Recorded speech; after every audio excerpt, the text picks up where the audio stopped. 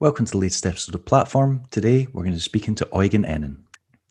Eugen is arguably one of the most technical, progressive skaters of this generation. He has had so many NBDs, never been dones, than I can even remember off the top of my head. There's just so many things he's come up with on his own or developed or taken to a new level. It's just insane. He has had so many great sections in recent years, from his two VODs in Japan, his various Portland Zoo VODs and sections for USD and Kaiser and Undercover. He has been graced with one pro skate so far, although he had a second one that was made but never fully commercially released. I think there's only a couple of pairs floating around. I know someone in Scotland that had a pair, but he's got a third one coming out soon for Shadow/USD. So we'll talk about that. He also released the Shadow Chronicles recently, which was a huge section that could have easily been 3 separate parts and people would still have loved it. And there's a lot of things to talk about in that. Just so many absolute mind-bending tricks and some big stunts as well. He had an injury problem last year. I think it was his ankle that he had to have surgery on. I know he's had issues with his shoulder and his leg in the past. So we'll just see how his body's healing, how he's feeling now, if he thinks he'll be back to skating anytime soon. Just a ton of things to ask him about. And yeah, can't wait to get into it. It's been a couple of years since I spoke to him last, and he's a really good laugh. He doesn't take himself too seriously, which you can tell by in his sections, because there's always a fair bit of humor in there. So yeah, before that though, cue the music. The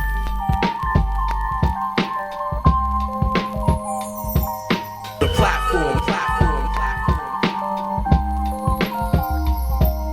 The platform.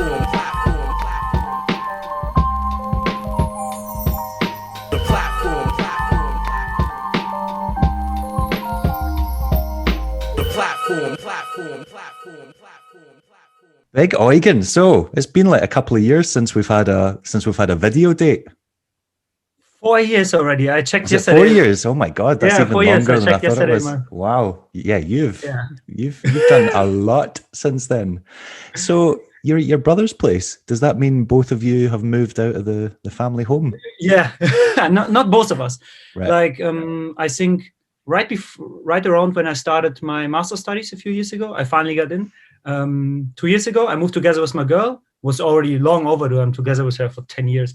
So I moved out, and then he's still here. He would probably move out at one point too, but just right now it's too easy to still live here in the room and stuff. And my parents are easy to handle. So yeah, he's still here. So you've moved out, but he's still at home. Yeah, I moved out, but I'm most of the time, like, my girl is working a lot, so most of the time I'm still around this area. Like I only moved out like 10 minutes ago by car, so I'm always coming, visiting my parents, hanging with Danny.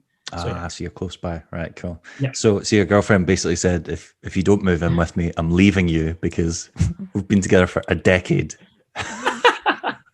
Not directly, but we've been planning it a bit longer. But I was always lazy. I was like pushing it away. Okay. So how long you been living with your partner now? It's end of this year. It's 10 years, over 10 years now. It's crazy. No. Together. No, sorry. How long have you been living together? I misunderstood it. I mean, like, how long I've been together with her. I understood it wrong. I'm living with her together now 2 years in a new apartment. Okay. But yeah, it's going quite well. It's pretty nice. It's totally new. It's like heated floor and stuff, blah, blah, all the new technology. Pretty nice. Fancy. I'm happy. All right. So and pretty cheap. Is it going well, or has she discovered that you've got an insane amount of habits that drive her nuts? Normally, it would probably happen, because people would expect, like, now you get to know each other really well, because you're hanging around 24 hours. But I used to hang around with her 24 hours before that too. I was like, every other day during the week time, I was always sleeping at her place. Sometimes he was sleeping at my place, so we already got used to each other. And the only thing, like with every couple, if we hang around like 5 days in a row and it's only raining, you can get annoyed by each other, but that works quite well too. I got 2 cats now, so I got enough distractions so we won't destroy each other. Crazy! You've become a crazy cat lady. That's what's happening. Yeah, kind of. Cool. And even during COVID, I bought one when COVID started, and the other one too. I couldn't resist. Right. So she's not got upset with the fact that you watch Japanese anime too much or listen to awful hip hop.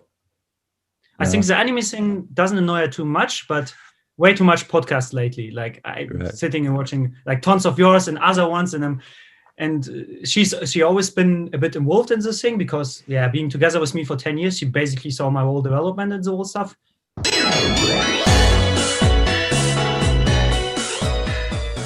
And we're back.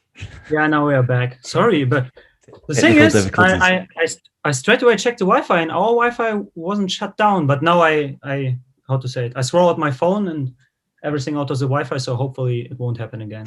Okay. That was weird. Right. You were talking about girlfriend podcasts. Yada yada yada. So my other habits, like being notoriously known for being super loud and annoying, doesn't annoy her that much because she got used to it.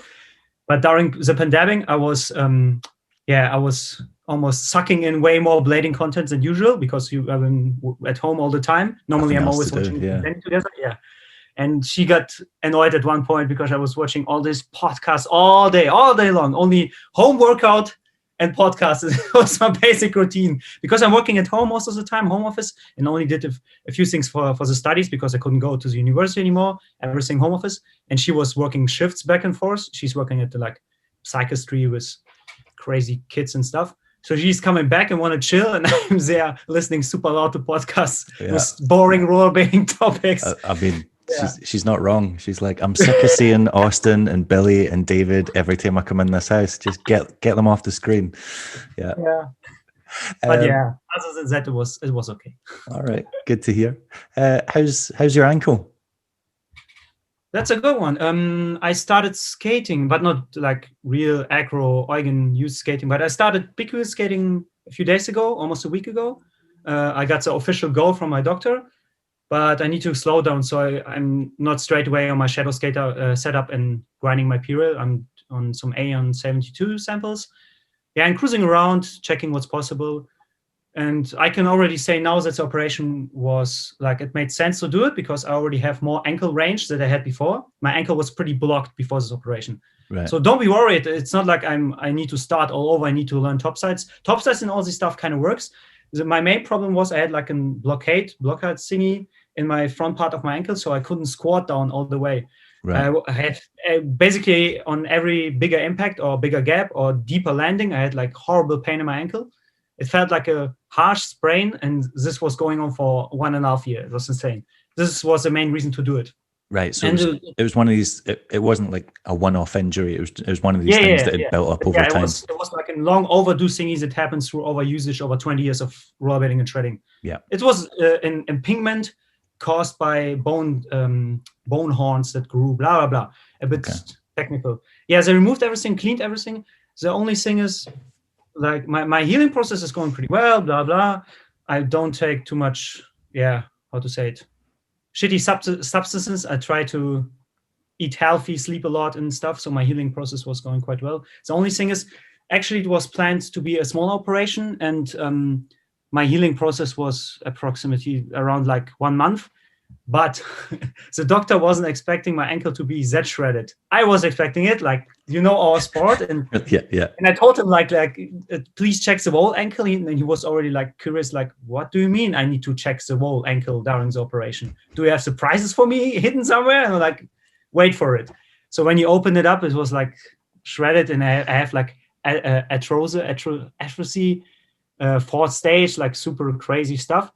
But the positive thing about it, since I had no major problems with this pain-wise way before the operations, I don't know. My body's probably adapting to this stuff quite well.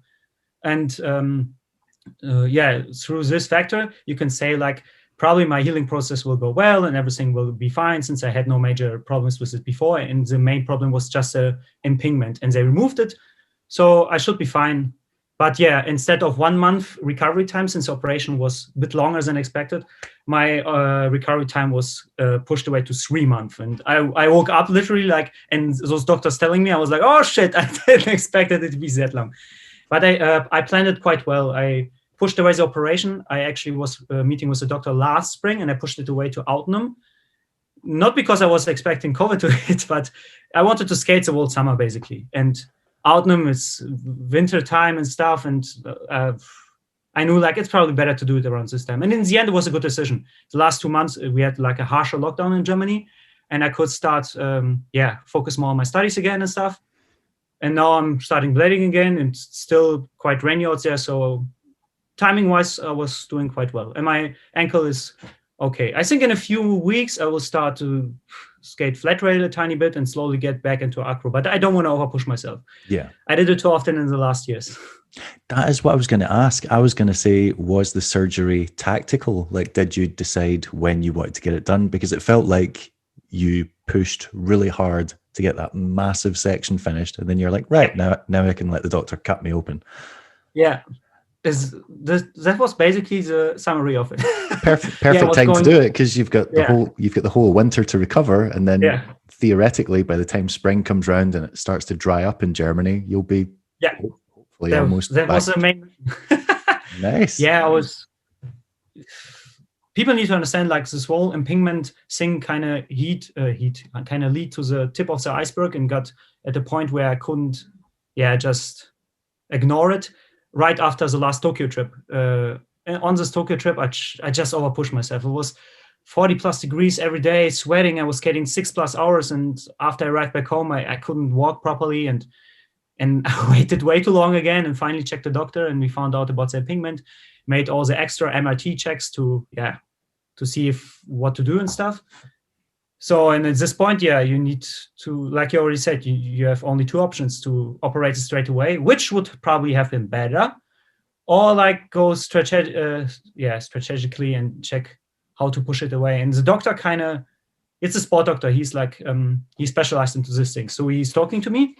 He understood quite well that I'm not an amateur guy who's like, he will just destroy his ankle way more. I told to explain him, I think I know how far I can go. For sure, I overpushed it anyways, because you saw Shadow Chronicles. But he kind of trusted me, like I won't go too far and just break my ankle or something. So he was like, okay, you can fix your own date for the operation and just take care, and we will speak soon. So and I pushed it away after the whole summer. But everything worked out quite well. A bit bigger operations than expected, but I'm fine. I walk again. I can push it on, put it under pressure. I'm quite happy. Nice. Like if it was as bad as you're saying and you're skating with constant pain, anything's got to be an improvement on that. So it's better that you dealt with it. And you mentioned working on the section. It was huge. Like, it was a huge free section. It was like 7 minutes long, over 7 minutes long. Yeah. Why? Let's dive that could have easily been 2 sections at least. That could have easily been 2 sections, or one insanely good value for money VOD. Yeah. Like that was like the same length as Brosco's Nowhere VOD, and he had a montage in the middle of it. Like, that. Talk me through this. Why was it not a VOD? We can dive. Why was it just one section? We can dive deep into this one.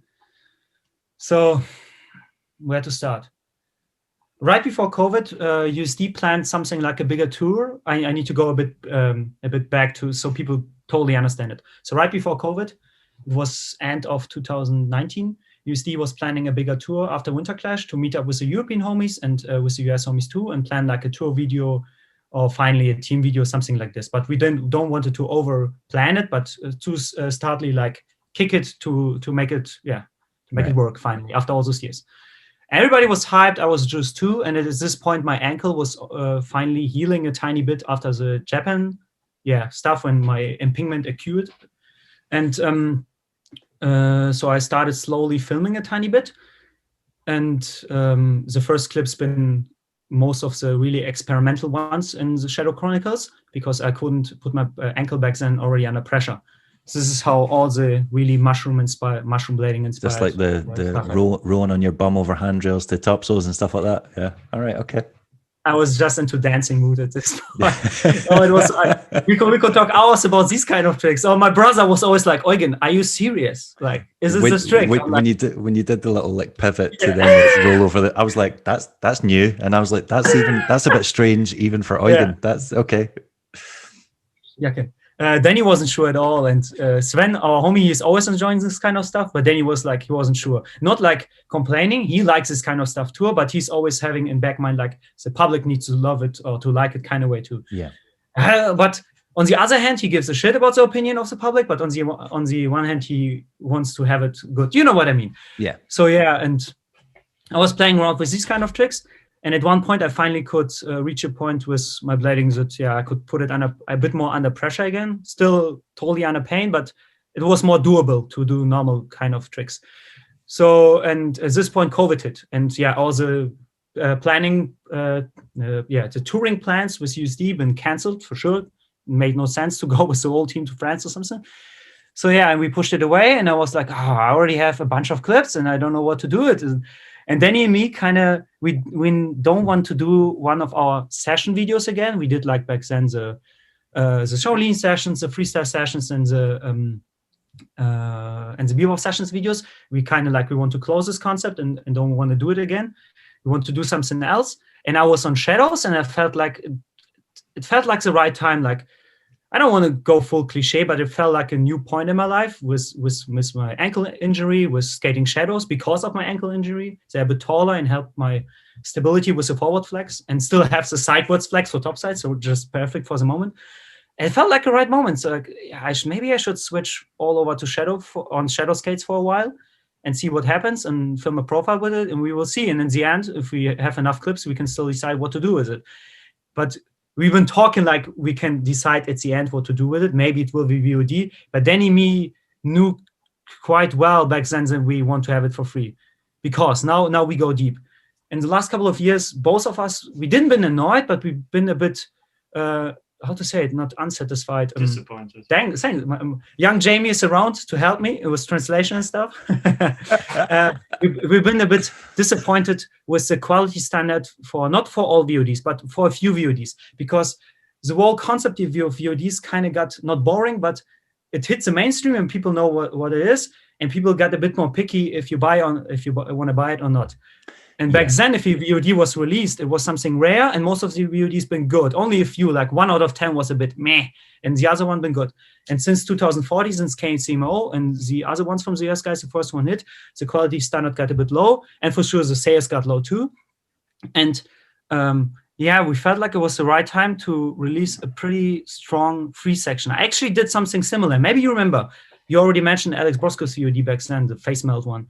And that year, I had my pro introduction, and we released Shaolin sessions that year for free. You released Shaolin sessions, and then I spoke to you just after you. And people asked me, asked me the same back then. Why did you release it for free? Because it felt like the right time. Brosco released such a high standard as a VOD, and I tried to release this kind of high standard trick-wise and filming-wise kind of too for free edits. And even people back then on BMAC forum was still around. People have been joking like, so if you're doing now a VOD, you need at least a fast light on a King Ray, right? That's the see, when you give such good stuff away for free, it's like, well, now if you're charging, now you need to level up. So and I don't want to mean it should be like this, but it's a way to push the free edits and push obviously on the same page the quality standard for the VODs. And this was a main intention for Shadow Chronicles, not to just put it out to prove myself, more to hire the standard for free edits a bit, to motivate people and inspire people to they can still skate curbs and whatever they want. It's not about the big spots or something, but the sweat. Then he always calling it the sweating. Like, did the guy actually even sweat for this clip? And not like sweating, did he try it 1 hour or something? But did he put in work mentally, think about the trick, prepare it and stuff? And I kind of miss this. I know what you mean, because I think I get what you mean. When VODs first came out, it was like you could tell these people spent a lot of time and energy on it. And then over the years, it felt like people were spending very little fucking time and energy on it. And some of them just felt like they were releasing B-roll and having the audacity to charge 5, 10. There's a VOD I saw, I think it was last year, and it had Montre doing a backslide on just a bench, just like a a 4-foot bench. And I'm like, I've seen Montre do that down a quadruple kink hand row. I don't want to see him do it on a park bench. Like, get that shit out of here. So yeah. Yeah, it's changed a lot. And yeah, this was the main motivation, to push both standards, kind of for the free edits and for the VODs too. And yeah, I'm normally not an ego guy, but it felt like a right time to punch the scene in the face a bit again, if I can say it in the word, because I put myself, not by purpose, but I put myself into this tiny box of my own characters that I created over the last years.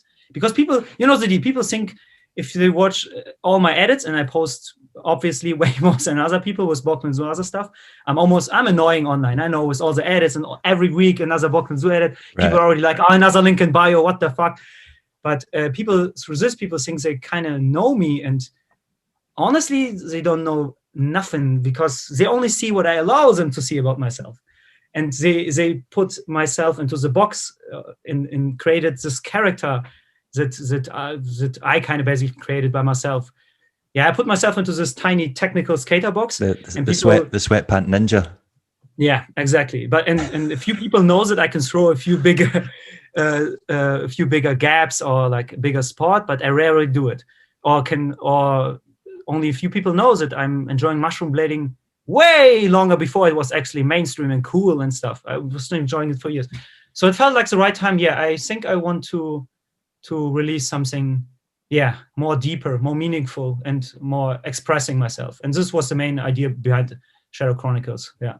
Oh, like, it was massive. And yeah, like you said, it showed your strengths. It showed what you're really good at, technical skating. But the amount of stuff, I've even written some of them down because I knew I wasn't going to remember it.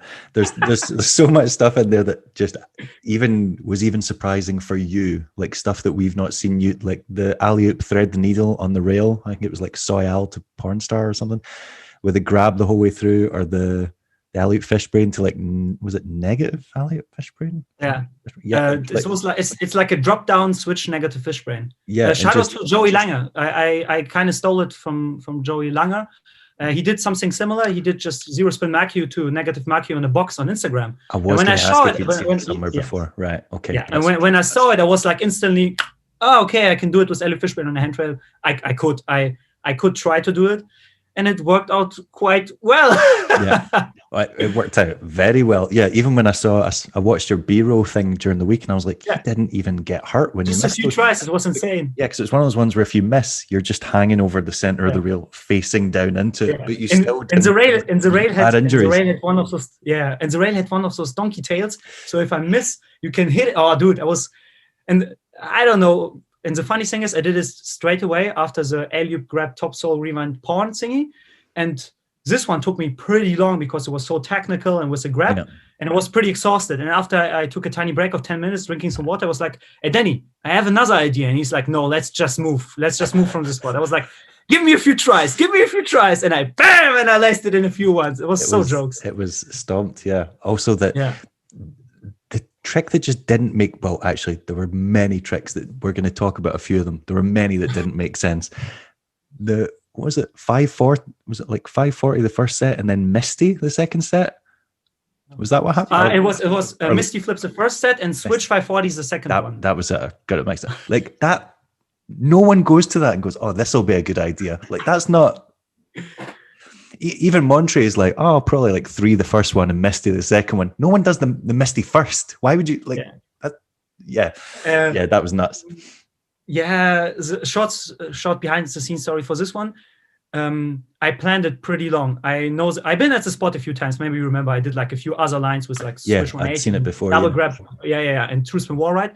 So it's a condition-wise perfect, runner perfect, landing perfect. The space between the gaps is just a perfect amount, so it's not too short, so you fuck up, or it's not too long, so it gets boring, so you're like rolling another gap. It's just the right amount. And I plan to do my ender kind of there for quite a long time, probably a few weeks even, because at this point it was months. Then he's like, I pushed it away for a few months because my ankle at this point was reaching I was reaching the maximum. I couldn't take it anymore with my ankle. So that's what I was going to ask. That must have really hurt because like gaps are a lot of impact if you're already. Yeah. And I did it, I did it couple more times, not just 3 times. It was a few more tries. So I pushed it away pretty long to the point where my ankle, was finally, able to take it. Thanks, Danny. And when we arrived there, my initial idea was actually to do 360, switch 360 the first one, right spin, and then 900 the second one. Oh, your face is priceless. Not in the line. The only other person I can think of. The only other person I can think of that's 900. Bolino did a 900. But I never saw a line with a 900. So I was like, I want to have a line with a 900. And when we went at the spot, it was doable, but I knew it won't happen in a few tries. And I forgot that the landing ground is a bit grippy. So I would shred away all my skin because at a few bails, I would just smash myself. And it actually happened on a few bios. I scratched away a bit of my skin on the bio tries. So I was like, what else can I do? And I played around with variations. Maybe something was grab, but I already did. Back then, the lines was a pretty technical grab. So I was like, fuck it. I will go full old school, like my early beginnings, the roots of Eugen, like just throw bio. And I was like, what could I do? A first simple one and then a bio? I was like, no, let's put it all the way around. I will start with an intense, super angled bio. And in the middle, this is why I put the slide in the middle. I wanted to have as much happen as possible. So people don't even have time to calm down with their mind. So you need to pay attention all the time. And doing the bio, landing, doing straight away the tiny mushroom blading slide, and using this turn to stop, and then like counter rotation and rotate it back to the switch 540. Yeah, and I played, and I can do switch 540s for quite a while. I learned them years ago because I'm obsessed with like learning stuff, regular and unnatural, natural and unnatural. So yeah, I did a few switch 540s over the years, even on bigger gaps, like 14 stairs, and this is a tiny bit smaller. So I was like, yeah, technically it's doable. Just give me a few minutes to figure out the speeds, the landing, how fast I need to go. Yeah, and then I did it. Yeah, the pain in my ankle was a bit too much, and I needed to took out another week. And the thing is, Danny's right. I need to mention this trick happened, I think, 2 days before my operation. And it's also the last trick for the video. Yeah, it was the last trick for the video, and it happened right before my operation. It was okay, we need to close this thing. What else can I do? I need a massive bio. Let's go. Bam! Not massive, but I need an interesting bio line. And this was to shut it down. Yeah. And it was like the 50 clips, I think. It was like the 15th clip. Yeah. Right. That's one way to go out. Okay. You mentioned Bolino. I was talking to Casey Geraghty about this, and Casey couldn't remember if John had landed a 900 on street. He did. Casey, come on, bro. He should know better. He said he remembered. He said he remembered the period where John and Monty were fakie 900. What was that on? He did a fakie 900 once too. For the sorry, then you're right. I'm doing the shout out to Dominic Bruce. I'm doing the Bruce right now. I need to calm down a bit and let you talk more because I need to ask you questions too, bro. Now, he did a fakie 100 once. How's the video been called of where he was featured in the video? It's not Sleaze. Nemo was in it. Cody Persh, the homie from David Sizemore. David was in it, and Bolino had clips in it too. All of them been pretty young back then, and they did this funny indie kind of hype video thing, and he had a fakie 900 in it. Okay. Oh, so I don't know the name when he was young, right? So when he was younger. He was right. He was still on Nim, I think, back then or something. And he did a fakie 9 on the set, and it was like a funny meme thing. They had like a bet going on, like, yeah, you can't lace this fakie 9, and he was going to this 12 stairs or whatever set. It was actually good height, maybe even 14, and he was going for the fakie 9 and landing. It was insane. Okay. Because the only other one I've seen recently is Jordan Williams. Have you seen Up to No Good? Yeah, for sure. The Long Beach one, Jordan Williams does one, but he kind of does it. It's got like a kicker, and he does like a 900 off but doing it on a stair set is that's wild. Mental. Yeah. I was jealous about this spot because the kicker looked. You need like the right angle. It doesn't have to be too steep, but if it's too narrow, you're just floating. His kicker was quite well for it. I did a few ones at my home park out of the bank, and if you get used to it, it's quite easy. It feels like 360 and then 540. It's kind of weird, but you're right. I'll take your word for it. I don't believe you, but I'll take your word for it. Yeah, okay. But you can figure it out after time. And I can do corkscrew 900s since I'm younger too, so I'm into this kind of flow. But yeah, I agree with so you. we need to find you. We need to find you a street bank that you can do a cork 900 off. That's what you're telling me. And this year you need to go back and do the 900 off the double set. So yeah. Yeah, but don't say this. That's the goal for 2021. You've got to level up. Level up. Eugen asked me so many times what's in 100, and I was like, no, please, we don't do this. Your ankle is fucked up. You're not ready. Your back is hurt. Maybe in the next years, but I don't know. It's way too crazy. I love that not only am I getting the podcast with you, but I'm getting an insight into you and your brother's relationship as well. We need to just only if you knew. It's crazy.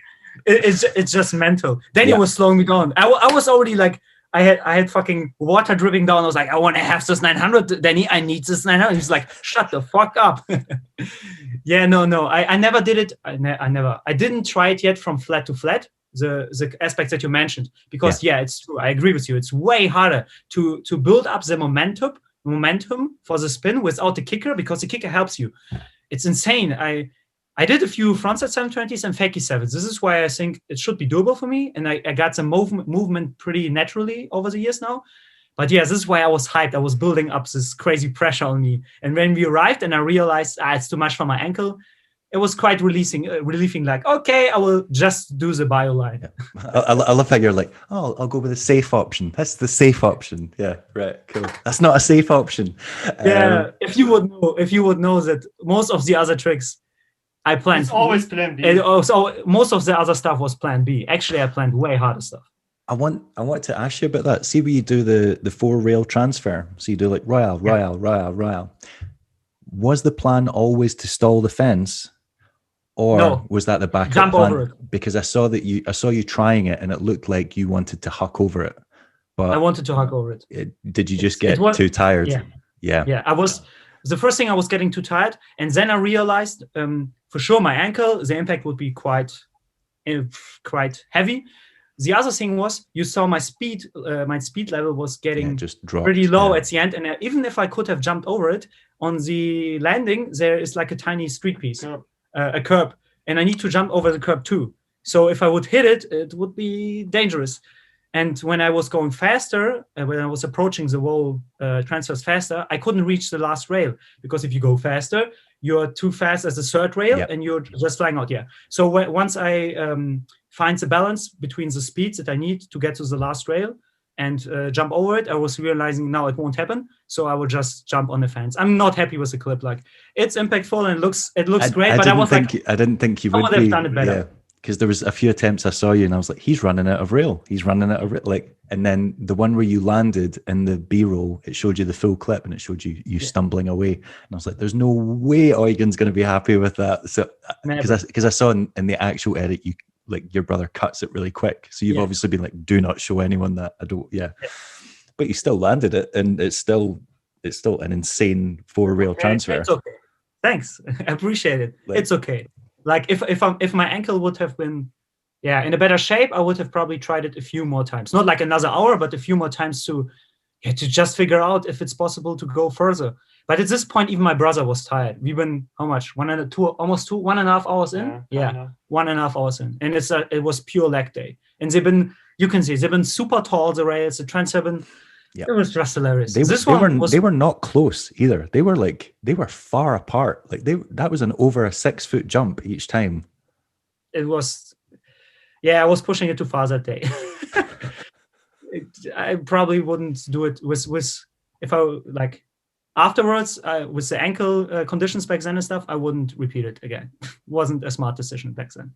But yeah, you know the deal. Sometimes you are hungry and you just go for it. Oh, okay. Yeah. Another trick, which is kind of epic for many reasons, you did the fabled Rough Fishbrain. Now, the only other documented one is, which I know you're a blade geek and you study stuff like this, so you'll remember Aaron Feinberg does it down El Toro. But there's no video footage to support that he's actually landed it. There's just the photo of him doing it. Now, you did it down a kink rail. Why? Why would you choose that? Like, even if you just did that down like a moderate, mellow stair rail, people would have been like, that's nuts. Why would you choose that trick down a kink rail? just to prove that it's possible. I mean, things are possible. It doesn't make them a good idea. Most of the time, you're right. But quick backstory. Maybe you didn't hear it. The podcast with Feinberg. Feinberg did the podcast a while ago, and he mentioned that he didn't land it quite well back then. There was a clip, but he never used it. I've watched the Jump Street one, but must have blanked it out.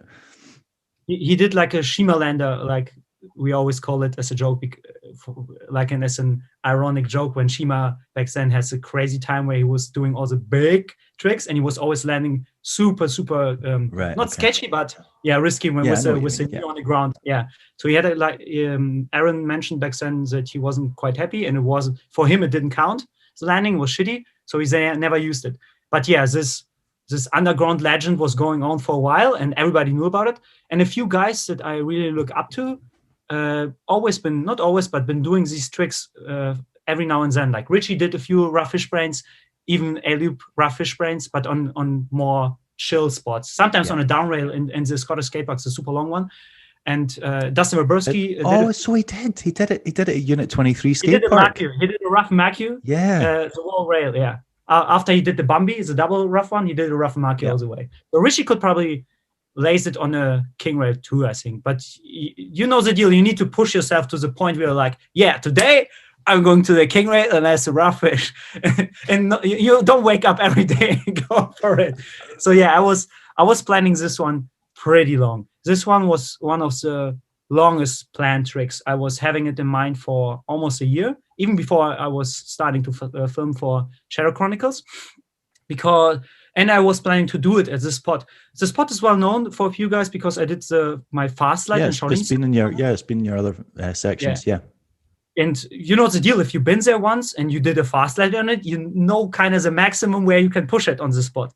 And I always had it pretty well in mind, like the run-ups, the landing, the angle, everything's quite well. It's a bit steeper than I had in mind, a bit bigger and stuff. But so when I arrived there, I was like, I don't know yet. But after a few, how it's called, Bambi, after a few double rough, the warm-up was a double rough grind. You do a few. That's not. I know. Okay. It sounds crazy. You do a few X grinds, you do a few top horns, and then you do this double X to this, and I just pushed it forward. After a few grinds, I realized it's possible. But at the point where I was approaching the trick, my ankle was already getting a bit sore because not even your ankle, your back. My back. Don't even start with my back. The day before, I had. You've probably seen it in the B-roll. There's like a bay on the chrome rail, back rail to jump down, to jump up to the rail. And like a chrome rail where I'm doing royale and then I'm splitting my legs and going up on the chrome rail again. Yes. And and in a B-roll, I follow my back. And you fell on his back, and he had like a really hard lumbago kind of. I got a pretty hard lumbago, so moving was horrible. So the next day I was warming up and stuff. I came at the spot with lumbago. After 20 minutes, my ankle's already getting sore because for a Rough Fishbrain you need the extension pretty far, right? And this is exactly what hurts my ankles the most at the moment. So sore back, sore ankle, and like totally tired, pushing it to the limit. And I'm still not happy. A few homies of mine were pretty honest to me, told me like, Eugen, it was almost touching at a few points. And I know it. I was expecting you to be honest, bro. What's up? Normally you go. Weirdly, that was the next point. Does it count, Eugen? Does it even count? Well, I was actually about to give you some shit about that, because the next point I was going to bring up is that trick won you some money. Yeah. I hope you shared that money with your brother. Yeah. Danny, did you get some of that money? No. Not on this one. Wait. Because I paid him quite well for the whole video. I paid him way more than usually for the video. But when you let's won get to the money. So I basically won money with a controversial trick, but not controversial. The thing is, I actually land 3. Yeah, then you can tell. We did 3 Rough Fishbrains that were kind of like 100%. 2 of them were like 90%, and 1 was like 99%. Yeah. If you see the whole Superstorm, you see like on the one where it's like 99%, you only touched, I think, like a millisecond on the middle, and the rest was like rough. Yeah. That was it. Yeah. Someone sent me the clip, but they slowed it down and they went, I can't believe this one. Eugen Enin cheated, and then he showed me it, and I was like, he tapped it. Like the toe tapped. While I was editing. Yeah. Okay. Because we didn't know if we would really use like the super slow-mo or just like a normal speed? Yeah, we needed to find out which angle, which slow-mo to use. Not to cheat around, but to make it look normal. We could easily have used the other angle. On the B40, there's an outside angle where you see the wall king rail, and then you have a super slow-mo on it. And there, this was a 99 one. But the thing is, there you see I'm not touching at all, but I'm super close to it, right? And we didn't use this one because the other angle where we combine slow-mo and normal speed looks better and less cheating. Yeah. But if you slow this down like your homie did, you can see one point where I'm touching. But yeah, to advocate myself on the B40, you can see the other angle, the outside angle, where I'm 100% not touching, but I'm pretty close. But we didn't use it because it just looked ugly. So does that mean we're going to see this B-roll footage hasn't come out yet though? So that means it is out. Oh, is that in the? That's in the video. edit. It's a video. In the video is the angle that you know. And right. I did it 3 times at the end. And then there's the outside angle. And on the outside angle, you see me not touching and get really close. But if you watch close, I'm not touching. But it's like super cheaty. It's like super close. Right. So yeah, I have one landed, but I wasn't happy with it. So I was using the other one where we played around with the speed. But if you know me, you know that I'm totally unhappy and I will 110% do it on another king rail. See, if it was another skater, I'd be like, oh, maybe I shouldn't bring this up. They'll get annoyed. But I know with stuff like this that I'll bring it up and you'll go, I've already been thinking this. You don't need to tell me. Yeah. Yeah. But we both knew that this trick wasn't like really done proper. Yeah. And I mean, but honestly, yeah, like it's still never been done. Regardless of what happened, you still did something that's never been done. Thank you. Kinda. But I mean, you mean at the spot? Yeah. But like no one's even attempted that on a straight king tandrail. Yeah. So not like, yet. It's still a first. Yeah. Thanks. But what I want to say, I think for people to understand, like you already mentioned, you got to know me a bit over the years. I'm obviously not happy and I will redo it. But I think the main attention behind the trick wasn't to have the Alex Brosco execution on the performance and stuff and have it all clean. The main attention was, to blow minds, to see to show how far we can push it. So it was not about the perfect execution, having all clean. It was more about trying it and doing it and lacing it. So this is why I was in the end, let's still use it. It's more than fine. And I put in all the work. So yeah. And there's a few moments in the video where it's interesting that you say it because that was something I was going to bring up. There's a few moments in there that you show people, regardless of how far we've come as a sport, and people are like, oh, there's no new tricks. No one's ever going to do anything new. Like that video has got multiple examples that there's still new stuff you can find. There's still new stuff you can do. There's still ways that you can push this. And you showed that there's more possible than what some people believe. The thing is, now that you've pushed all these things, I'm afraid that there's only so far you can take this. And now you're going to have to start doing toe rolls down square kinked handrails. So you're going to have to find a square kinked handrail and you're going to have to either toe roll it or heel roll it. On the one hand, you're totally right. You've pushed yourself into that terrifying zone of, But on the other hand, I got a list, bro. This is only the beginning. This is like, I got a list, bro. I'm not, like I already said, like people only see what I allow them to see of myself. Like you don't even know what the fuck is going on. I know of the famous list though. So what I wanted to know is how much of the list get crossed off to make that section? I don't know. Did it even make a dent? If the list is like this long, because I can't show it, it's super long to scroll it, right? Yeah. If it's like this long, maybe one stage of it. Level one. There's 19 levels to go. Yeah.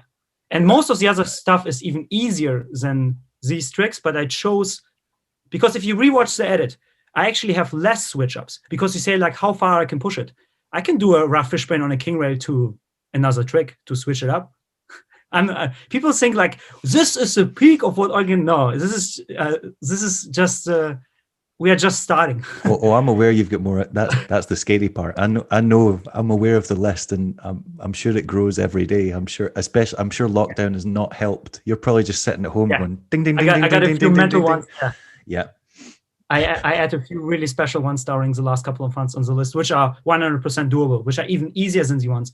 And back to this, how far I can push it. This is really important to me actually to talk about it. I lost the point one. Give me a second. So yeah, it was a Rough Fishbrain and the list. Yes, because in my eyes, I don't want to switch totally into the flat versus anti-rocker conversations. This could go on for hours, and I love to talk about it because I'm kind of in the middle. I love big wheels and flat setups too, but I'm an advocate for anti-rocker. And I was about to say, but I'm sure you've already addressed this and said that you like flat for some things, but you prefer anti-rocker for other aspects. Exactly. So you don't have to do one type of skating. You can, can change your setups to benefit whatever it is you're wanting to do that day. Exactly, facts. Because this is exactly the summary. Like, choose the right weapon for the right spot. Why to compromise? And it makes no sense in the 21. Look at how many options we have on the market. Why compromise with a flat setup and not being able to do a fast set on a rough king rail? But on the other hand, why using an anti-rocker setup for a massive gap and destroy your heels on a heel raised hard boot without shock pad? It made no sense at all. So, and at this point, to go a bit deeper into this discussion, in my eyes, this whole flat versus anti-rocker discussion is almost fundamental because it's almost like technical and hammer skating versus more creative and fluent and new school kind of skating. This is like another. It's almost like how to say it. It's almost attached to this whole discussion with flat versus anti-rocker. Blah, blah, blah. And what I want to say is like, and this was really important to me because I want another point about Shadow Chronicles. Not even pushing it super far and showing how far we can push it, and generally how far we can push grinder blading. Because the last couple of years, the whole new wave of new school skaters kind of try to act like we've been there, we did everything in grinding oriented blading. Like Danny Beer is the future. He is obviously in my eyes. He's really interesting. He's the comedian we needed all these years. But what I wanted to show, like, yeah, it's right to go into different directions, but don't think like grinder blading is over. We are just reached the point where it's kind of saturated, but we didn't expand it how far it's actually like I believe it's possible, because there are still so many options. And the through the needle thing, it blew so many people's mind, and me and Danny been actually surprised because, like, let's be honest, it was almost obvious that to do it, and nobody just did it, because through the needle's been done not like a lot of years. Like Colin Castle and all the guys have been doing it for a long time, and a few guys like the Roller Miami guy, Roller Street Miami on Instagram. Roller Street Miami, he did like and grind on a mini ramp, and then he jumped through the needle and grinded again. And it was right after we've been in an editing process for Shadow Chronicles, and we were like, "Oh shit, we need to edit it faster. Get it out. Yeah, get it out." And I already filmed my a bit earlier. I don't want to like blame who did it first. I think this whole topic about who did what first makes no sense at all, because somewhere in Russia there's a kid that you don't know, and he raised already. I was about to say there's people not filming their skating who probably have done it first. Yeah. Yes. But the thing was, I wasn't that surprised, because it was, in my eyes, it was always obvious. It just needs somebody to do it first. And this is the thing about me for Shadow Chronicles and the whole last year. Like, I don't want to rather push my technical skating even further, because people already get, not annoyed, but get confused by my stuff that I released the last year because it's so technical. I want to rather, maybe not forever, I will still do like in Shadow Chronicles technical switch ups that you know from me, but I want to rather dip into stuff that I really enjoy. And the stuff I enjoy the most the last couple of years is to try out really bizarre new tricks, like the through the needle during a grind, like the not leave the grab during a grind to a negative stuff, and to show that we're not even close to reach a point where like we did everything in grinder blading. No, it's just like we need to portray it different and dip into new waters. Like Danny Beer is doing actually the same, but he's doing it on flat. Everything he does are in my eye flat ground tricks. Like wizard skating is like our, like rollerblading. I think Liam Bazen mentioned once, what the lack in rollerblading mostly was not like in individualism or stuff. We always had it, but it was kind of like pushed down like mushroom blading. Yeah, definitely. It was if you were different, you couldn't get a sponsorship or you couldn't get a pro skate. Never. Look at Walt Austin. Walt Austin's doing stuff that everyone does now. If he did it now, he'd have a skate with his name on it. Yep. Not even one, probably three. Yeah. And he deserved one then. And so And what Leon said it quite well, like, what we missed a lot was flat skating. Like skateboard, the difference, they can do tricks on flat. We have always been grinding, and a few gaps and stuff, but mainly like always, surface oriented, and skateboarders and bikers too. Bikers have a whole subgenre of flat riding with flat tricks. Is on maybe you remember on the breakdance events, they always had like a side event for flatland. Like X Games and stuff like that. Yeah. And this is basically what wizard skating brought to our sport, like flat skating, footwork. They always call it footwork. I like it. And at the same time, like Danny was popping up with back then it was called, my favorite video from the guy. I know. Tim Hortons. This is how it started. Yeah. I always loved those guys, but with Tim Hortons, I was totally falling in love with the Bertrand brothers and Danny and everybody. So yeah, this kind of started this whole movement with Danny always did it for years, but they really pushed into this flat skate orientated acro tricks movement. Yeah. And then the swivels and everything from wizard blading came in and stuff. So we pushed into this direction a lot, but what I want to explain is like, if we can push this direction, why you think like grinder blading is over? We have not even reached the peak. We don't need to act like switch ups are uncool just because you're skating flat and not so good at it anymore. Sorry, bro. Let's be honest. Yeah. Tell me one flat skater that can do proper switch up. No, I'm joking. There are a few. Sean Kelso. Yeah, Sean Kelso. But let's be honest about this topic. His middle wheels of those guys are basically like 55 millimeters, 100A anti-rockers for me. Like in the wheels that those guys use would have been anti-rockers in the 90s. Like, come on. It's like flat anti-rocker setup like Kazu in Japan did. Yeah. So, yeah. And I'm not complaining. Yeah, I'm not complaining, but I mean like, oh yeah, you're right. I'm not complaining, but I mean like it's rare nowadays that you see like somebody like me or Ivan or Josiah Blee or Jeff Phillips, the guys who are pretty into my kind of technical, bizarre, weird skating that use flat. Because in the end of the day, it works. It definitely works. I did a few switch ups flat, but it's a compromise in the end of the day because a few movements are less fluent and stuff. Yeah. And it's just for sure, like you can push it even further and say like, yeah, come on again, but then you can use a muck frame too and stuff. There's always, you know what I mean? There's always a way to push it further. But what I want to say is like, grinder blading shouldn't be just pushed under the shelf. I think it's still a really important part, and people shouldn't act like flat skating is the future. I think everything is the future right now. Like we can push it in every direction. Yeah, it's where you want to go. That's what I always find really funny, that the way some skaters celebrate one type of skating is by putting other types of skating down.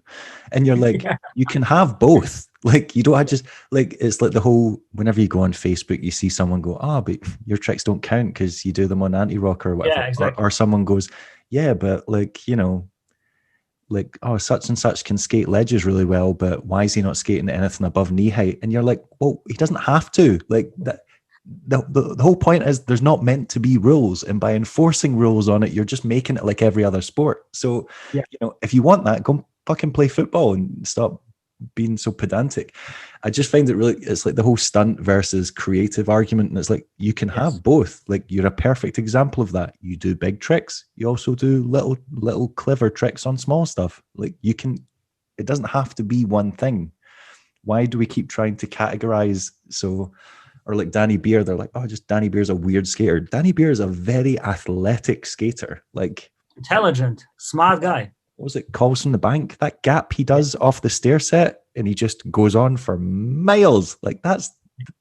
Like if you fall doing that, you're tearing all the skin off your body. Yeah. So it's like, but he did loads of weird stuff beforehand. Yes. So that's his right to do. Fun. Yeah, leave him alone. Yeah. So. I do. You're right. I do find it very strange, and there's so many avenues that haven't been explored. Even when it does just come to switch ups and stuff like that, there's always stuff that hasn't been done. Yeah. And you. Maybe I need to clarify it. I don't mean it in a how many switch up you can do on one rail aspect. I mean it, like you said, in a clever way. We can do it different. We can show it from a different perspective that we didn't do the last years. And I hope I perceived it. I showed it in Shadow Chronicles, and I was quite happy. In the end, when we released it, the response obviously was quite good. But I had a lot of responses from guys that I hoped that I get responses from, like Ritter and homies who are normally not so deep into my kind of blading. Been really hyped. They've been like, this was pretty nice. And even Mushroom Blading was reposting my edit, and appreciate all of you guys. I don't want to say like I was waiting for it or stuff, but I was kind of hoping for it. Give me my props. Give me, yeah, appreciating that, and obviously sees that I can do this stuff too. But most of them already knew. They just knew like I don't want to portray it yet. So yeah, I'm quite happy in the direction we are going with roll betting the last couple of years. It's interesting. Another thing I like is no matter, you've got so many sections out to your name, and you've got a bunch of VODs, you know, like the 2 Japan ones, you've got the 2 Jonas Hansen ones as well, like your Jonas and it's like you still, even though people know what you're capable of, you still manage to make it not predictable. So it's like, oh, we know we're going to get this and this from Eugen. But he's also managed to do this that's completely melted our brain.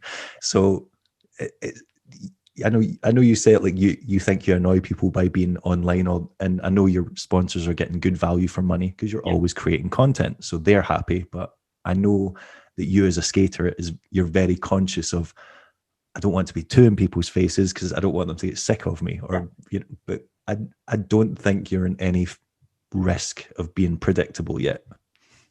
I hope so. Well, this is another really interesting thing.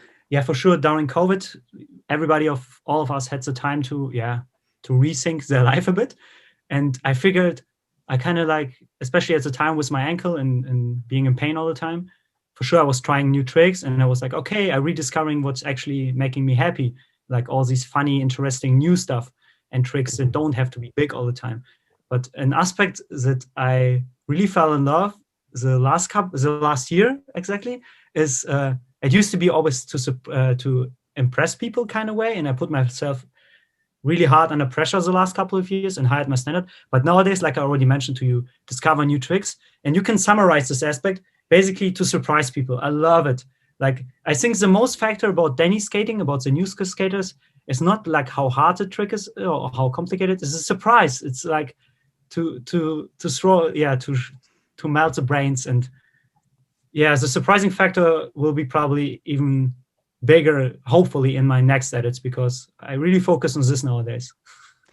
Like, yeah, I think, and it's one of the hardest things to do, because if you're a new skater and people don't know what to expect from you, most things are going to be a surprise. But when you've had, you know, a prolific video output like yourself, and I think that's why a lot of people think skaters fall off. They don't fall off. You just become familiar with their movements and what they like to skate, and so it's very hard for them to surprise you. And I think that's one thing that you've managed to keep up, because even skaters that are still going and still skating very well, still doing incredibly hard tricks, they're no longer surprising.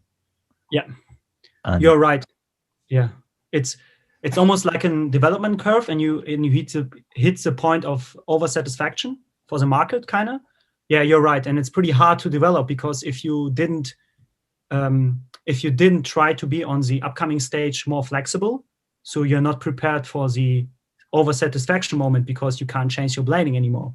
And I think this is pretty hard for a few bladers. Yeah, but it's always, you know me, like another thing about my blading, like I already mentioned, I always love discovering new things. And one of my biggest fears basically in life is like stagnation. Like I hate being stuck in one point. So it's always like push forward, development, try new stuff, do it better all the time. So it was never an option for me to stick at one point. And this is the style of blading I want to now keep forever, or this is the style of closing I want to now keep forever. And even the people I looked up the most when I was younger, always been these kind of guys. Like Latimer, he developed in such a short time, like several times. Every section was different. Same goes for Farmer, same goes for Brosco, for a few people that I looked up a lot. So yeah, it was always my dream, like to develop and never get boring, never drop a boring edit. And you're right, I have like a pretty strong portfolio. And even from me and Danny, it's sometimes pretty hard. Like, did I already do the switch up at one point? And I have a pretty good memory about my takes. I really rewatch sometimes old edits, like pretty old ones. I have a strong ethic if it goes to don't repeat yourself too often. You will barely find one of my more complicated switch ups, like really complicated. I mean, like Japan's the back royale, backside, Ponza one. You won't probably see me doing it somewhere else. And if so, maybe unnatural, out something different. So it was always like a really main mission of mine. Yeah. to be flexible and don't get boring. Surprise the people. Yeah, and now it's got even more important recent years, obviously, because I did so much. Yeah. The skaters that do end up having the longest careers or being the most influential are the ones that reinvent themselves. So yeah, like you mentioned, like Brosco went through his various phases. Farmer, obviously, like dramatic, style changes over the years. That was one thing I noticed about your new section. You've started dressing, and I don't want to say normally, but you've started dressing a lot more conservatively. Like, so you used to have all. I just pressed mute because I got so excited. You used to have all like the technical streetwear stuff, and then the big like drapey ninja shit. And now you're just wearing jeans and t-shirt and hoodies all the time. You've went from like, you started off weird, and now you've went normal. Yeah. well, at the same time, your skating has went from like normal or like obvious. It's went from stereotypical street skating to very weird. They've both went just complete opposite ends of the spectrum. Surprise, motherfuckers! So yeah, this was quite observed by you. One of the influences has been Danny. Danny was pushing me already a while ago to put on some bigger pants and go a bit more classical and a bit more chill. It wasn't like Danny or me felt like my clothing is distracting. We give a shit about clothing. Like we love Robbie Pitts and stuff. It's all fine to me, like how you dress. It was more about a new chapter and stuff. And I was already wearing a bit different stuff too. I'm still wearing a lot of technical streetwear inspired stuff, but I was wearing a bit more baggy and a bit more regular cuts and a bit less the stuff I used to wear. So it was quite obvious, like, maybe I should start wearing my usual shit for blading too. And we, at this point, when we started Shadow Chronicles, we actually been experimenting with new stuff for Bockland Zoo. The white pants that I wear, the pretty white ones. Actually samples that we tried out for Bockland Zoo. At the end, it didn't work out how we wanted them to be, but I still use them for skating. And a few other clothes that I use in this piece, like one of the pants that are pretty wide on top, but different angled, cut it, and have like straps. I actually re-sew them myself and stuff. So drastic clothing changes. But like I told you, this whole project was like a step into a different direction. And it was the intention behind it. You recognize it quite well. But I think you are the first guy who wrote me about the clothes yet. It's really interesting. Right. I mean, I'm a geek, so I'm glad it's worked out well in one aspect of my life. I was wanting to talk about your pro skate as well. So obviously you had the first pro skate that was the carbon free. Then you had the second pro skate that didn't came out. We saw it, and I've held your skate. I've held your second pro skate. Because somehow randomly a guy in Scotland managed to get it off. I think he bought it. Yeah, it was head and skate. So, what happened? Make it short. Yeah, I will make it. Danny's right. I'm slowing down the pass all the time, too fast, too deep. Short summary: it's planned release point of my second edition of the carbon free. USD actually didn't release 2 carbon frees. There was another sample that got sold by Handskate and Inertia in Spain. Because at this point, carbon frees or carbon models, built-in liner models in January didn't sell that well. Right. So we discussed, should we still release it, blah. Did your first skate not sell well? No, not at all. No, like it's sold out now, but not at all. Okay. But not like my skate. It's not like, for sure, and particularly my skate, because it was so special. All the carbon-free models didn't sell very well. Right, okay. Yeah, at this point, not so well. And my skate, and particularly even kind of worse, because it was pretty special. And the people right now, everybody wants it. We got all the old school heads coming back, searching for something comfy, and everybody's asking for carbon skate, which is quite interesting to me, because actually the last year's been only hard boots and heel race classic boots like M12 and Colts and Sways and stuff. So it's interesting to see. This is another topic I don't want to swipe away, but it's funny to see how many upcoming companies right now, new brands like using built-in liner skates like Niche Skate and the brand of Charles Dunkel. Charles Dunkel. Danny's better in rollerblading than me right now. Fuck. Danny, Charles Dunkel's name faster than me. I'm getting old, bro. Yeah, so it's funny to see how it didn't sell so well. The second skate, like what went on with the second skate? We produced samples, quite a few of them. I tested them; they've been quite well. And right before ordering them, they checked the numbers again, and this was around 2018, beginning of 18. Yeah. And back then, this was a year when the sales had been going down again, so it made obviously not a lot of sense to do it. So we kind of made the deal to push it away another year and maybe even develop the skate and give it a few updates or whatever. And so we pushed it away. But I had the sample, and the sample been produced, and they always laying around in the back office. And Mirek was probably at the office. Sometimes he's visiting past. They're like, "Hey, can I have those samples?" No, sometimes they sell samples. I'm taking this. And this and that, and those skates have never been produced. Now I'm joking. So they've been selling a few samples to the shops, and those are sold them to end consumers like the guy from Scotland and stuff. And this is how they've been floating around. And actually, if you pay close attention, I used the second version, like the second Pro Skate, in initial E2. And the Japan. I used it because it felt wrong to just have it laying around in a corner. And at this point, there was no stock of my older skate anymore in my size. So I was like, I will use this one for initially, because initially is no official USD promo. So I don't need an current model. So I can use whatever I want basically from USD. So I was like, I will use this one. I was so happy. It was pretty personal for me to use the skate. So and during this year, I could have probably easily get this model out. But that's what I was going to say, because now they've released the Carlos Bernal carbon free, so there must be some demand for it. Yeah. But you're fast, but you need to think even more OCD-ish faster.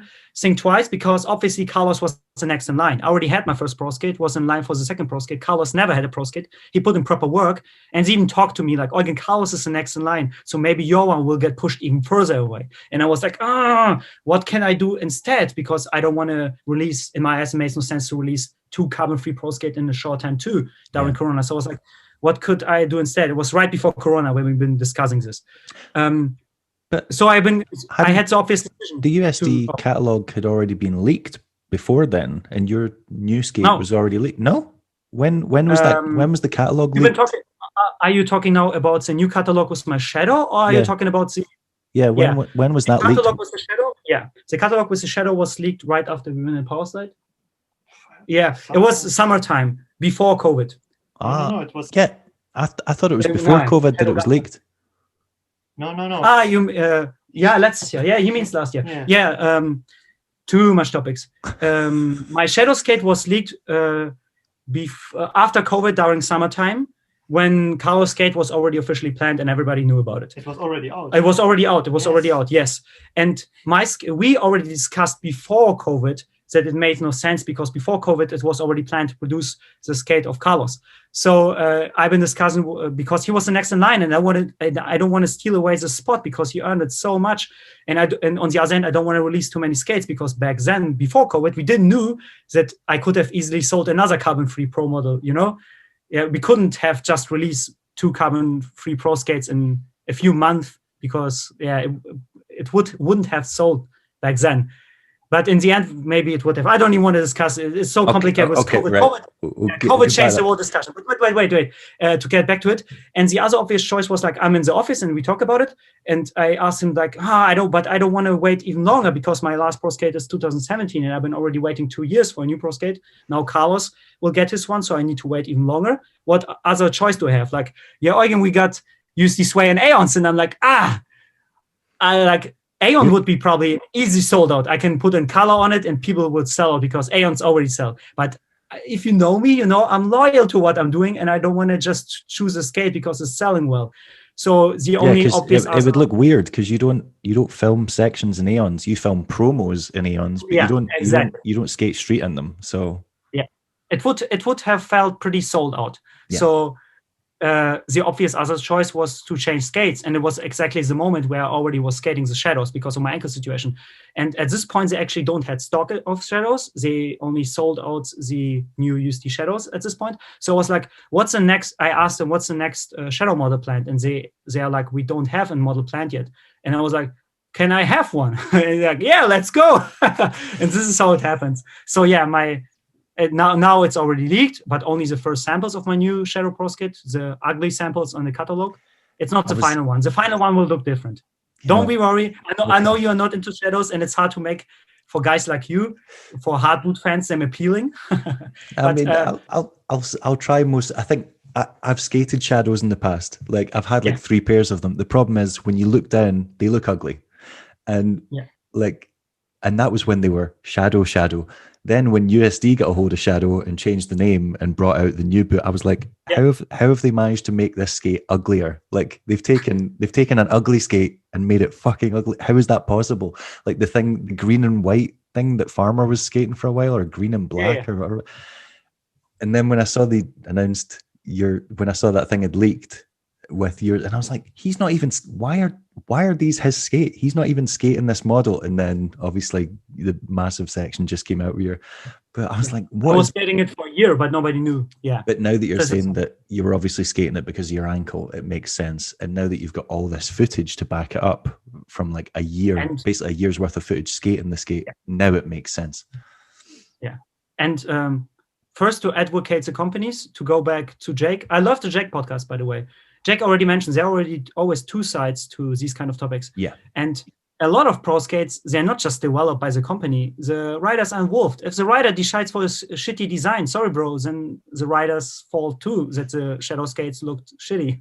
A few of them been nice, like the Jeff Stockwell one, the all black one with the brownish was super timeless and good. The Dustin Mabursky one with the wooden plates, super timeless and good too. Like a few ones are pretty nice. The Damien Wilson ones were hideous, yeah. Yeah. And about my skate, it's not the final version, blah, blah. And the final one will have some different colors, some different aspects. I adjusted a lot of problematic points of the skate. It has the shock absorber. It finally has a shock absorber because the new USD Shadows didn't feature shock absorbers. So but especially the Shadow fan base can be excited. I made a few major improvements of the skate. They will love it. And another point, if people like hardcore fans of mine actually know that I used to skate shadows for quite a while when I was younger, for at least 3 to 4 years when I started rollerblading. So it wasn't for me like a big change. It was like, oh, I know this. I've been here. Oh, nice. It's been a while. Negatives are quite fun again. Ooh, back rails are so nice on this huge plate. So it felt natural to go back. And I used the shadow plates on the carbon freeze. I was about to say, you were already using the plates for years anyway. So yeah. Do they have so obviously the skate that we've seen is not the skate that's going to be released. It's going to be a lot different to that. Yeah. When are we going to get an official release date? When are we actually going to get to see it? This is hard because of COVID. It's COVID time. Yeah, it's hard. It's like with the Danny Beer skate. It's coming end of November, early December, mid of December, or the Sam Croft skate. Everything is delaying. Yeah. It was planned for, I don't want to say when it was planned and how much it got delayed, but it was planned for end of spring, and hopefully it will arrive a bit later, a few months later. But it will come before summer, because a few days ago I received almost, not the final, we can say like the final sample.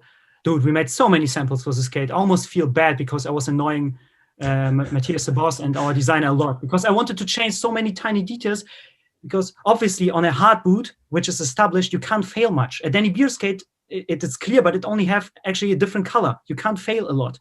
Yeah. You just change the color, put a name on it, and go for it. It will sell. Shadows have a lot of moving parts. It's a different topic. Yeah, you need to fix so many. This flap was a few millimeters too long. Now it's catching the upper strap. Now it's overflapping. It doesn't work. Then you can put it on so well. Yeah. And I'm a geeky guy. Yeah, so I wanted to have it all fine. And yeah, we did a lot of samples, but it's good in the end. Yeah, I received the almost final sample a few days ago. Now tiny changes and it's done, and they can start hopefully production soon. So yeah, hopefully before summer. This is the main goal right now. So does that mean the goal for this year is going to be to film a promo for this pro skate, or are we resting off Shadow Chronicles and using that as the promo? What's happening? Can't stop, won't stop. Rest. USD already got a ton of footage, promoting a Shadow skate. Do they need more? I don't know. After we finished Shadow Chronicles, Danny, we knew like we overdone it. Maybe we should have saved a bit of the footage for the pro. You gave away a lot of footage. Yeah. Yeah. It wasn't the smartest decision to just roll the wall 7 minutes out. But in the end, we are quite happy. Yeah, I will start filming for a new pro skate promo during the time right before the release. We have a proper plan. We even have normally we never have a vision. We're always freestyling right into it. That's actually, lies. That is absolute lies. You go into these projects with so many visions. You had the night skating one. You've had so many like strong ideas when it comes to edits. That's lies. Yeah, tricks wise. No. He's right, but he's saying David mean it in a bigger picture. He's right. Oh, okay. In a bigger picture, we always have a vision, how the atmosphere would be, in which direction it goes. But if Danny and me, we don't like this word in general, vision. It's so watery, you can't touch it. When we say this word, we mean like straight points, which angle, what cut, which song, how long, which kind of tricks, and these kind of aspects, more detailed, always fucking random. Oh yeah, I just mean in terms of like the theme or the theme is but he's right. It's always like in the first few sessions, it's always last minute, Yeah. Then he's like closing it up and making it round. It's always happening last minute, but the main intention, it's always happening during the first 3 filming sessions. You already feel in which direction it goes. For Danny's like, for me, Danny's not into these kind of arty directions. He's like, no, just put camera on, film. So this time, but compared to the other projects, this time we have more like a tiny box where we want to put it in, and it will be definitely interesting. But like always, I try to surprise and do something else and different. I already have a few tricks in mind which are doable, but we want to do it different because I don't want to swipe away too fast. But you remember my old Pro Skate promo where I was filming at night during springtime? That's what I was going to say. There's been so many videos you've made that have had like a strong vision. Like they've had like strong, you obviously went into it with an idea and you've executed it. Yeah. It's hard because it's hard to explain. Yeah, hard to explain because actually Danny thinks the total opposite. He thinks like everything was random and we just put it into this hard vision. We just made it up kind of. But I know what you mean. In my eyes, you're right. Danny's on a different perspective as it comes to this. But yes, we will see. But what I want to say, like, I will still overdo myself and push it probably too far. But I don't want to go like filming during springtime at night and push my body to the fullest. This time we'll go surprising and smart, hopefully, and beautiful spots, hopefully. Yeah. But I don't want to spoil that too much. But actually we spoiled something in the Shadow Chronicles. Not only the skate at the end. I don't want to spoil it too much. But if you rewatch again and all the music changes and something interesting happens at the end, and it was almost like a hint to where we are going, what we will do. See, I felt like it had a kind of nod to Mind Game, Brain Fear Gone, where it went to because it had a very similar, it reminded me of the kind of Jukebox Hero, the music choice at the end. I felt like it had that vibe to it. And then at the end, when you hinted the shadow skate, I was like, that's a very Shane Coburn, like just showing the outline of the skate. Like I thought it very much had a Mind Game words, Shane Coburn. It's exactly where we hinted, especially with the last track hint. The track was almost too cliche to use it. I was like, oh, Danny, it was already used in Marvel cinematic movies. I don't know if you can go it. But I loved the track. And I was like, I really want to try it. And Danny was totally against it. I was like, Eugen, you're not Freiburg. That's not Mind Game. We can't go for it. Like, it's too far. Look at the lyrics. We won't break the chain, Eugen. We can't go this far. Like, stop doing this. But in the end, we used it and I was happy. And what I hinted a few seconds ago is even further because we used, I don't want to spoil it too much, but fuck it. Danny left the room. He's outside. We will spoiler.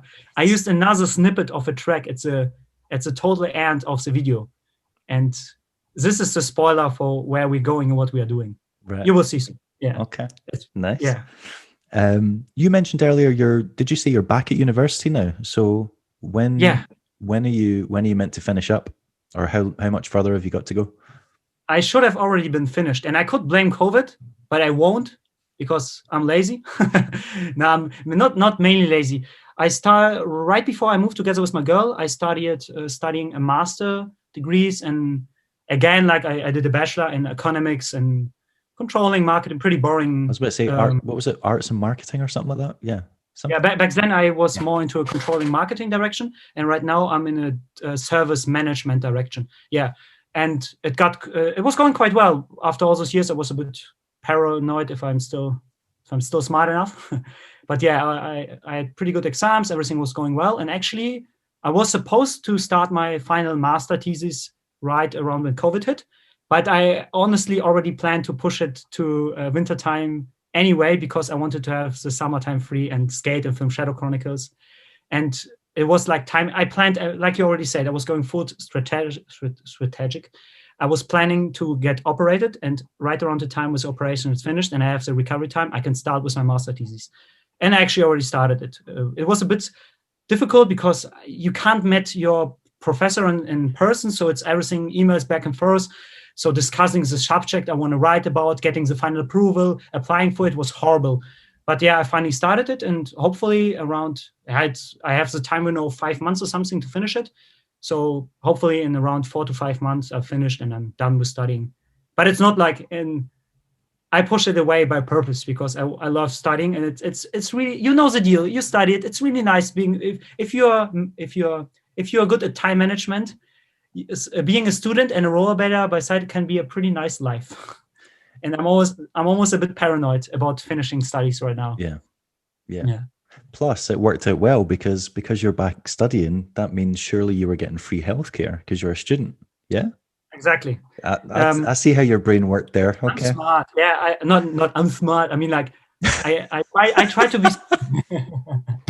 It sounds a bit cocky. I try to be as smart as possible if it comes to this kind of aspects.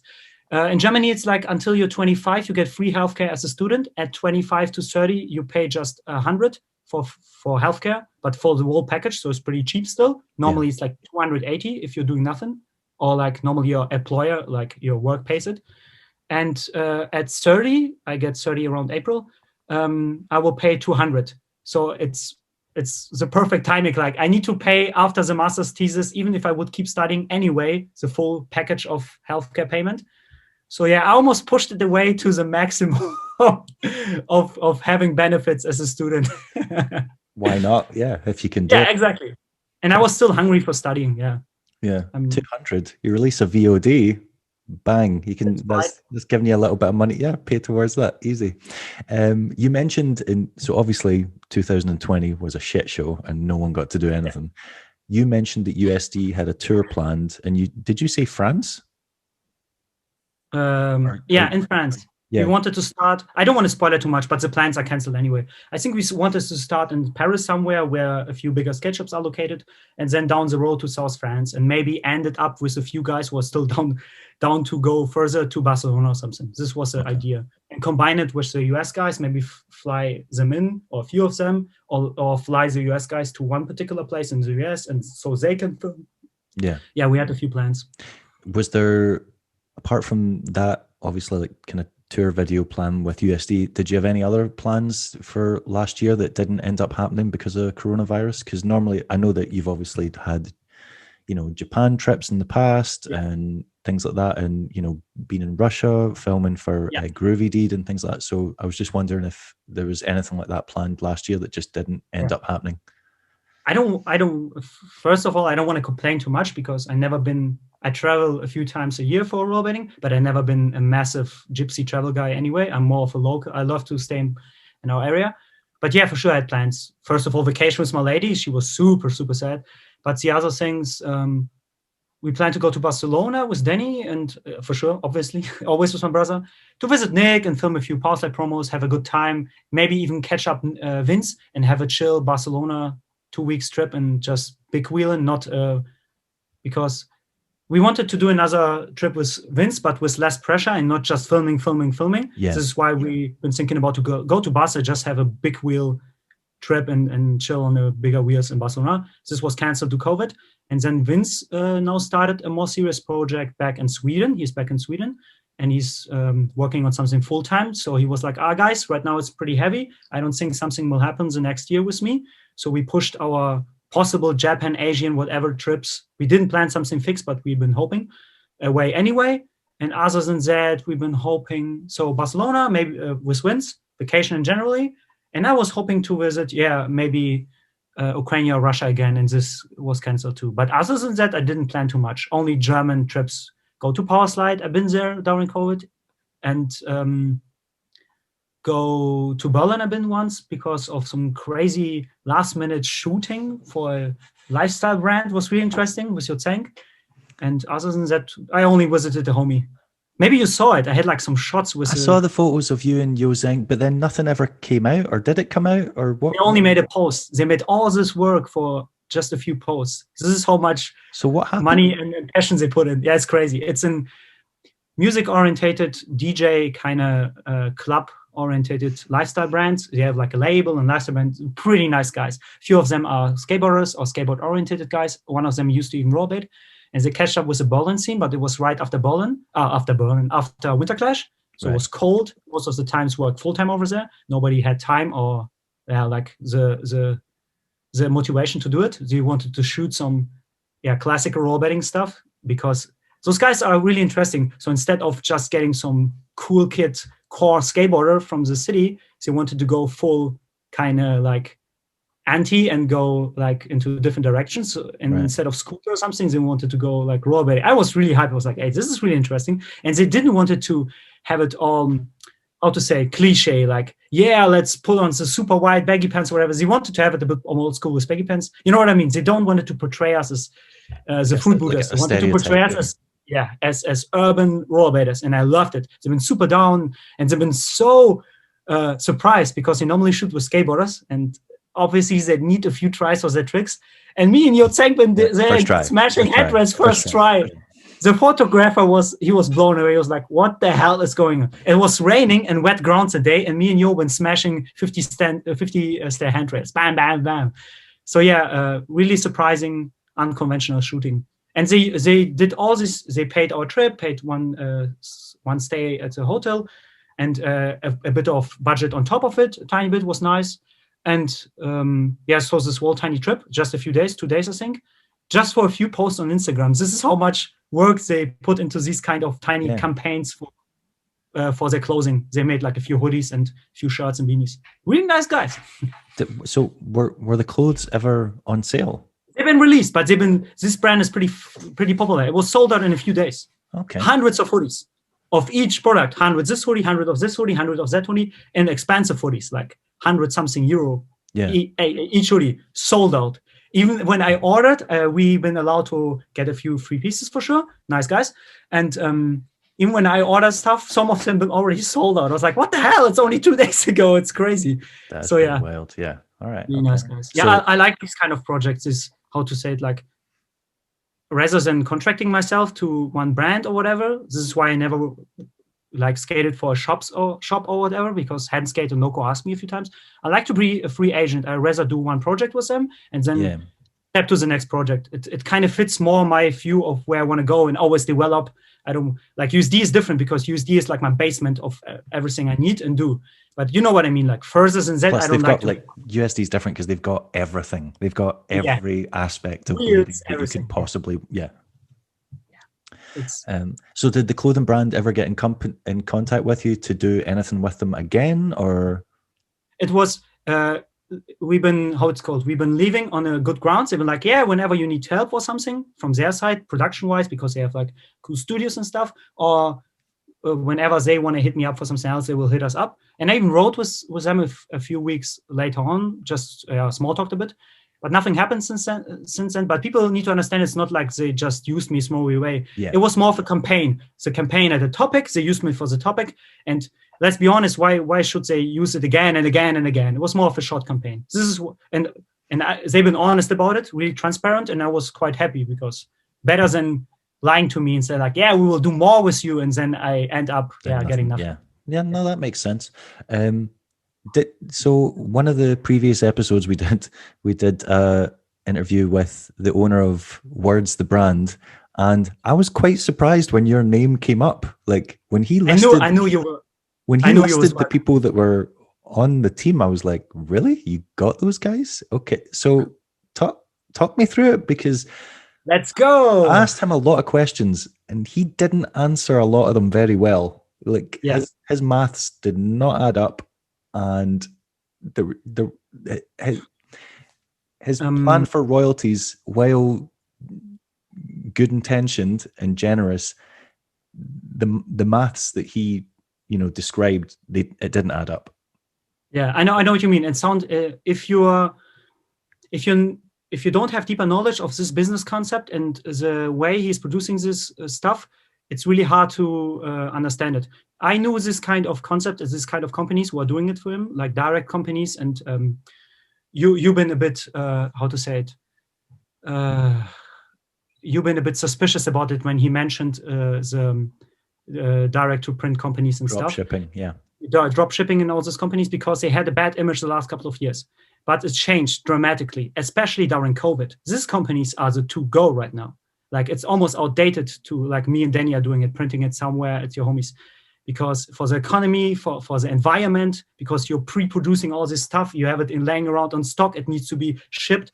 And we are at the point where production-wise, we can even do, like, they have basic stock laying around and you just print it and send it out. And those companies already work with their own distribution. They have a distribution in every country. So if you're ordering, this is what he explained. But if you're not into this kind of topic, you think, like, it sounds a bit sketchy. And I knew these companies before through my studies and through personal life. So I was like, you're working with this kind of stuff.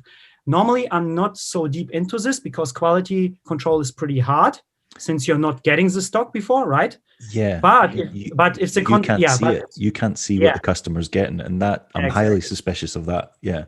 Exactly. But he ordered tons of samples. I received a few of samples, even for the stuff I designed and stuff, and so on. And it's good. A few of the products, even the ones we are using, the blank products behind it, even the ones we are using for Balkan Zoo, or like, I don't know, the basement guys are using probably exactly the same, or even like Champion basic stuff he uses for jackets is pretty good. And through the fact that he's using this kind of concept behind the products, then you understand why his royalty scheme is easier to handle, because so basically the costs are almost always fixed, no varieties, no risk in this point. So you can hire the percentage of royalty easier than me and Danny will always rely, like, oh my God, we ordered too much stock. Now the production costs on one t-shirts are this and that high if you divide it, and you know what I mean. It's easier. But back from this topic, how it all came together. He wrote me, and another thing I'm notorious for, I'm always too nice. Danny always saying, like, you're too nice, you're selling your ass again, Eugen, don't do it.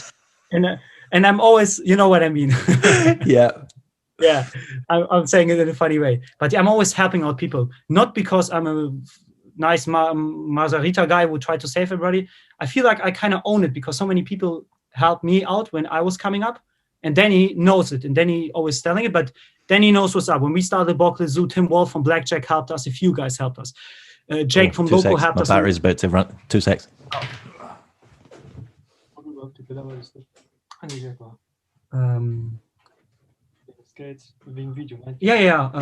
Nein, nur wegen der Referenz. Ob das mit Absicht so war mit dem Ende. Ja, und er hat's erkannt. Yeah. My computer was plugged in, but not turned on, so that was helpful. Battery almost died. So yeah, you said you had a lot of help with the brand at the start from like Blackjack and Loco and people like that. Yeah. And so I'm nowadays I feel like I need to give a lot back to people. So I'm always answering my messages and stuff, all these kind of tiny details to be a good pro and stuff.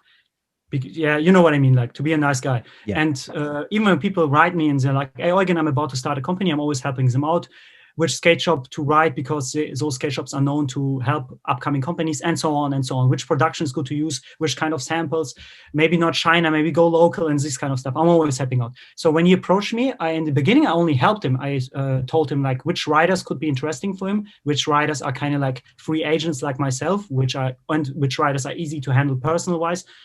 And then he was like, hey, he was like, but I want to have you too. And I was like, I never want to write for a brand. And he was like, yeah, that's the point. I actually don't want to have a real team. I want to have more something like friends and family. I want to, like the guys in Berlin, I want to have one collection just with your name on it and stuff. You will get it. You will get royalties. Even the royalties, if you know me, like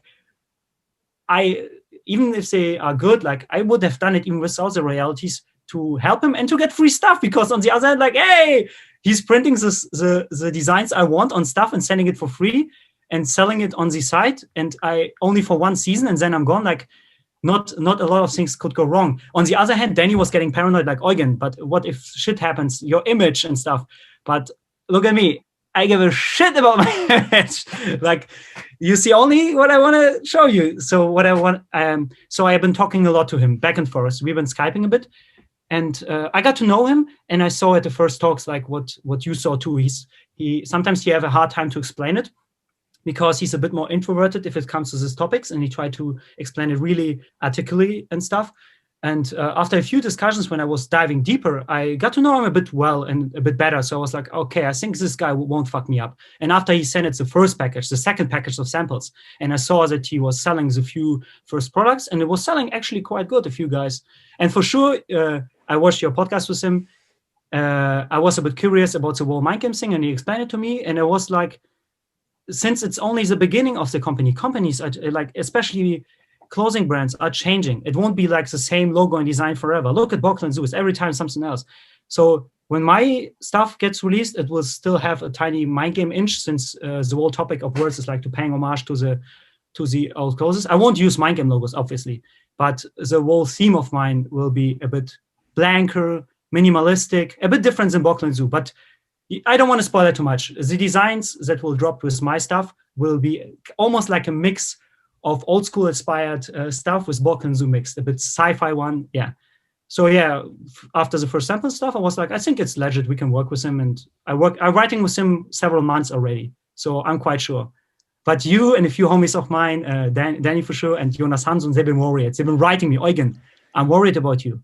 What about you? It's a valid thing. Like if you attach yourself to a brand and the brand goes up in flames and, I don't know, makes itself look foolish, then you've attached your name to it. You make yourself look foolish by association. But if you say you vouch for it, I think I made my opinions quite clear in the podcast about how I felt. I don't really agree with starting a brand based on a previous company's image. I do disagree with that. And another aspect is I spoke to a couple of people that have drop shipping brands afterwards. And I was like, I'm a bit curious about the stock, because with me, I've got an entire room full of t-shirts and long sleeves and beanies. So I can give them to people whenever I want. And I'm like, oh, Alex Burston, do you want some extra money? Wear this, I'll give you it, yada, yada, yada. Or if one of my friends needs clothes, give them some free clothes. But with that, if he sponsors people and it's drop shipped, he doesn't have any stock. So he doesn't have anything to give to his team riders. So for example, when he gives you free clothes, he's buying them. Like he's buying it like a customer. So that's not cost efficient, because he has to essentially buy the clothes off his own shop like he's a customer and then send them to you. Since he is the owner of the shop, he is buying for different conditions. This is how you need to say. Yeah. Right. But I imagine it would still be a lot more expensive than if he had stock. Yeah. Yes, for sure. But he's buying to totally different conditions. Almost not production cost, but because shipping is included and stuff, but still cheap. And if you go full economic, I could now talk about fixed cost degradation in the development of. Let's not go that far. Examples. Yeah. Okay. Yeah. If at a special amount of clothes that you sell, you can still pay all the riders if you pay the full price, because compensated by you say, I don't want to go further. But yeah, it's possible. But for sure, I had the same concerns. What I wanted to say, like, I'm not a fixed rider forever. It's just a collection I'm doing with him. After this, just like a one-off. But I'm gone. And this was my main point for sure. It was like, the mind game thing, I don't know yet. But he told me the vision behind it. It was like, you want to support the riders more. It's only one collection. Now, after this, I will be kind of like, I'm not fully associated anymore. I'm still associated, but not fully. So not a lot can go wrong. I think after my one will get dropped, I will do a bit of promo, tell a bit more about it. Everything will calm down a bit more. But yeah, I totally understand your concerns and everybody else's. It's totally fine. But this kind of topic happens all the time the last couple of years, I think, with all brands coming back and stuff. So this was almost like the peak on the iceberg, right? After 50/50 coming back a few years, a few other brands being inspired by old school brands, a few other brands using jokingly, like you mentioned in the last podcast, the Senate logos for Sunday Branch, but it was more jokingly. And now he coming with mind game inspired stuff. I know what you mean. It's understandable to see something like that and think, maybe that's not the best idea. But I really believe if he's pushing it into a right direction, he can always rebrand it a bit, put flavor into it. It doesn't have to be words, this thing forever. He can have a logo, twist it. You just need two collections and it's totally something else, and it could drift into a totally different area. So I'm not worried. Just give him time. He's just starting. And in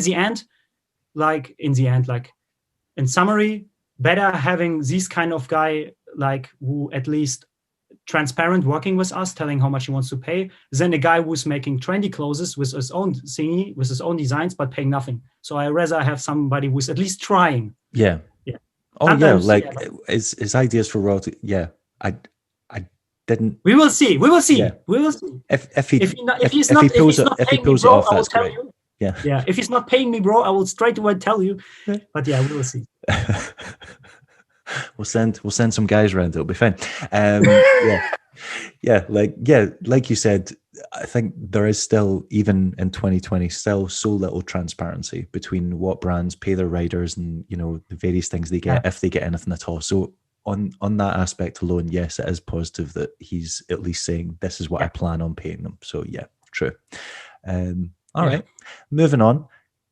You said what your plans for last year were that didn't happen. Last question: what are your plans for this year that hopefully, if we can get a vaccine out and get coronavirus, you know, at least limited, what are the plans for 2021? Apart from your Pro Skate promo, obviously, that you've now got, you know, the toe roll down the kink square hand drill that you're going to have to do. You shouldn't have said it. Well, I figure if I put these ideas in your head, they're going to stay there. So yeah, it happened. Dennis already, David, stop. Obviously, what I already mentioned, you already said it, the Pro Skate promo and finishing my master degrees finally. Honestly, I try to be as realistic as possible, and I kind of believe that the whole pandemic thing will go at least to summer. Oh yeah, at least. And let's be honest. And I talk about like still lockdown until summer, so no indoor skate parks and everything. But at this point, hopefully we don't need indoor skate parks weather-wise, and maybe even further. But hopefully, like after summertime, just a chill lockdown. I would love to short-time dreams. Barcelona, Copenhagen, visit Jonas. Yeah, visiting Jonas in Copenhagen is overdue. We didn't been there in a while.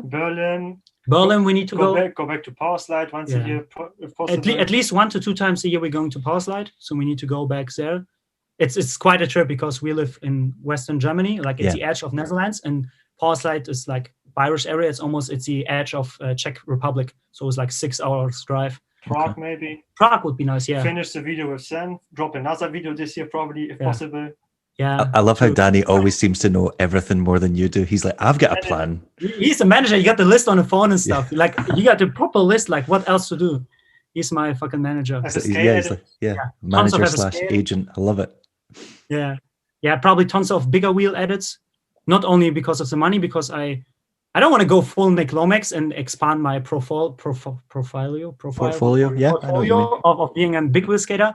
That is so useful, and it's less impact of my ankle, so it obviously makes more sense to do a few more big wheel promos. Yeah, and I enjoy them. Like you can, like look at lately, a few guys are making it way more. They portray it in a way more attractive way for aggressive rollerbladers with Danny Beer, Nick Lomax, and Nicola Toselli.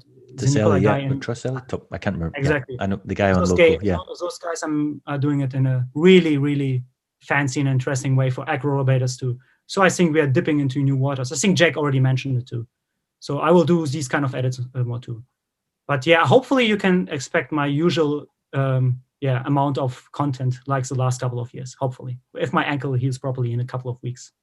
You're made of the tough stuff. I'm sure you'll be fine. But before I end this up, Danny's right. Danny's always complaining. All those interviewers are so harsh with their questions, and you're not so. Yeah, he's joking. You're not. How to say it? You're not in. You don't do it intentionally, but you love to go for the controversial stuff, because you didn't even ask me in the beginning, Eugen. You pushed away this interview so long. You could have asked me. You can be an asshole, bro. You can ask me, Eugen, why you pushed me away so long? Oh, yeah, for sure. What are you talking about? The first interview, I couldn't get you to. I remember when I interviewed you the first time 4 years ago. That took 2 years. Yeah, sorry. This is exactly what I mean. So it's not surprising that when I started the podcast and you're one of the first person, hey, Eugen, you going to come on? You're like, no. sorry. I said it wrong. I mean, like, I was surprised that you didn't ask me straight away why it took so long for me to finally go in. Yeah, okay. The main reason was obviously my operation and my mental state, because instead of 1 month, I had 3 months, and planning with my master degrees. I wanted to have a clear mind if I go on the podcast. Plus, and not sit here like when I sent you a message, you were still in hospital. So when you were like, no, I was like, that's fair enough. Yeah, and what I wanted to say, like, if me and Danny always watch podcasts, especially of you, it's always like you're a pretty good journalist, and this is why we really appreciate your podcast, like how you ask questions, how long, and how much you speak, how much time you give to the persons, especially with guys like me who fucking talk nonstop. Never shut the fuck up. Yeah, you're right. Yeah. Thanks. Always. And then he was like, Eugen, we need to ask him some questions. And one question I wanted to ask you already years ago, because you hinted it in a few conversations with us, and you mentioned it in a few podcasts. Tell us a bit more about your time in Korea, because did you been blading there, working, studying? Yeah, what did you do? I was teaching. I graduated university, and my mother had cancer, so I moved home to be with my mother because they said she had 12 months to live, and she died a month later. So I was like, why the hell? I'd left my city that I lived in, like in Aberdeen, it was like hours away, left my flat, left everything, left all my friends, left my job. And I was like, I'm living at home in this shitty small town where I don't have a job. All my friends have left so I had nothing. Yeah. And then one of my friends just came back from South Korea, and they were like, they pay for your flights there and back. They pay for your apartment. Yeah. They pay you, I think it was like £1,000 a month. Yeah. But you didn't have any rent or like bills. So £1,000 is a lot of money. And then they pay you £1,000 if you stay for 12 months. So you get like a bonus when you leave. I was like, cool, bye. And just went. And then I took my skates, because you obviously take your skates everywhere when you're a lifelong blader. Yeah. And there was a public park across the street, and I walked into it, and the very first thing I saw was a perfect marble down ledge. And weirdly, it's been in lots of skateboarding videos, like lots of like Nike SB videos and stuff like this. Like they do trips to Korea because they've just got marble and granite ledges everywhere. Yeah. So the next day, took my skates, went and started skating it, and literally did like 2 or 3 royales, and someone just came over and gave me a free soft drink, and they were like, oh, well done, like you're really good. And I was like, oh, thanks. Welcome to Asia. And then like 2 hours later, a whole team of rollerbladers showed up, like just a bunch of guys. And I was like, what is and that was their local spot. And they took me everywhere. They took me to like just all these different street spots, introduced me to skaters all over Korea. I went to like a real street contest and got into the finals, and then got my ass kicked by this guy that was sponsored by USD. But weirdly, I got invited to weddings, went to a wedding, a Korean wedding, get into nightclubs for free because I rollerblade, and everyone in Korea rollerblades. Like not everyone does aggressive, but everyone rollerblades. So I think you have to do like mandatory military service. Yeah. So you can either go and work in the army, you can go and work on the underground, or you can teach rollerblading. Like that was one of the options. So loads of kids choose teaching rollerblading. I don't know if it's still the same now, but rollerblading is just a massive big deal there. And there was skate parks and ledges everywhere, and you never get into trouble. Like everywhere we skated, people were just like applauding, or like, it was so weird. It was just a completely different attitude to here. And when I first started getting into like nightclubs and gigs for free, I was like, this is weird. They're like, this is the white guy. This is the white guy we're telling you about that skates. And I was like, okay, this is great. So yeah, I had the best year of my life, and went to all these skate competitions. Just the only thing that annoys me is I never owned a video camera then. Yeah. That was like, I only picked up a camera like 6 years ago. And I just wish I had footage of it, because there's nothing to document that time. So yeah, I had the time. You would look, there are just ledges and street spots everywhere.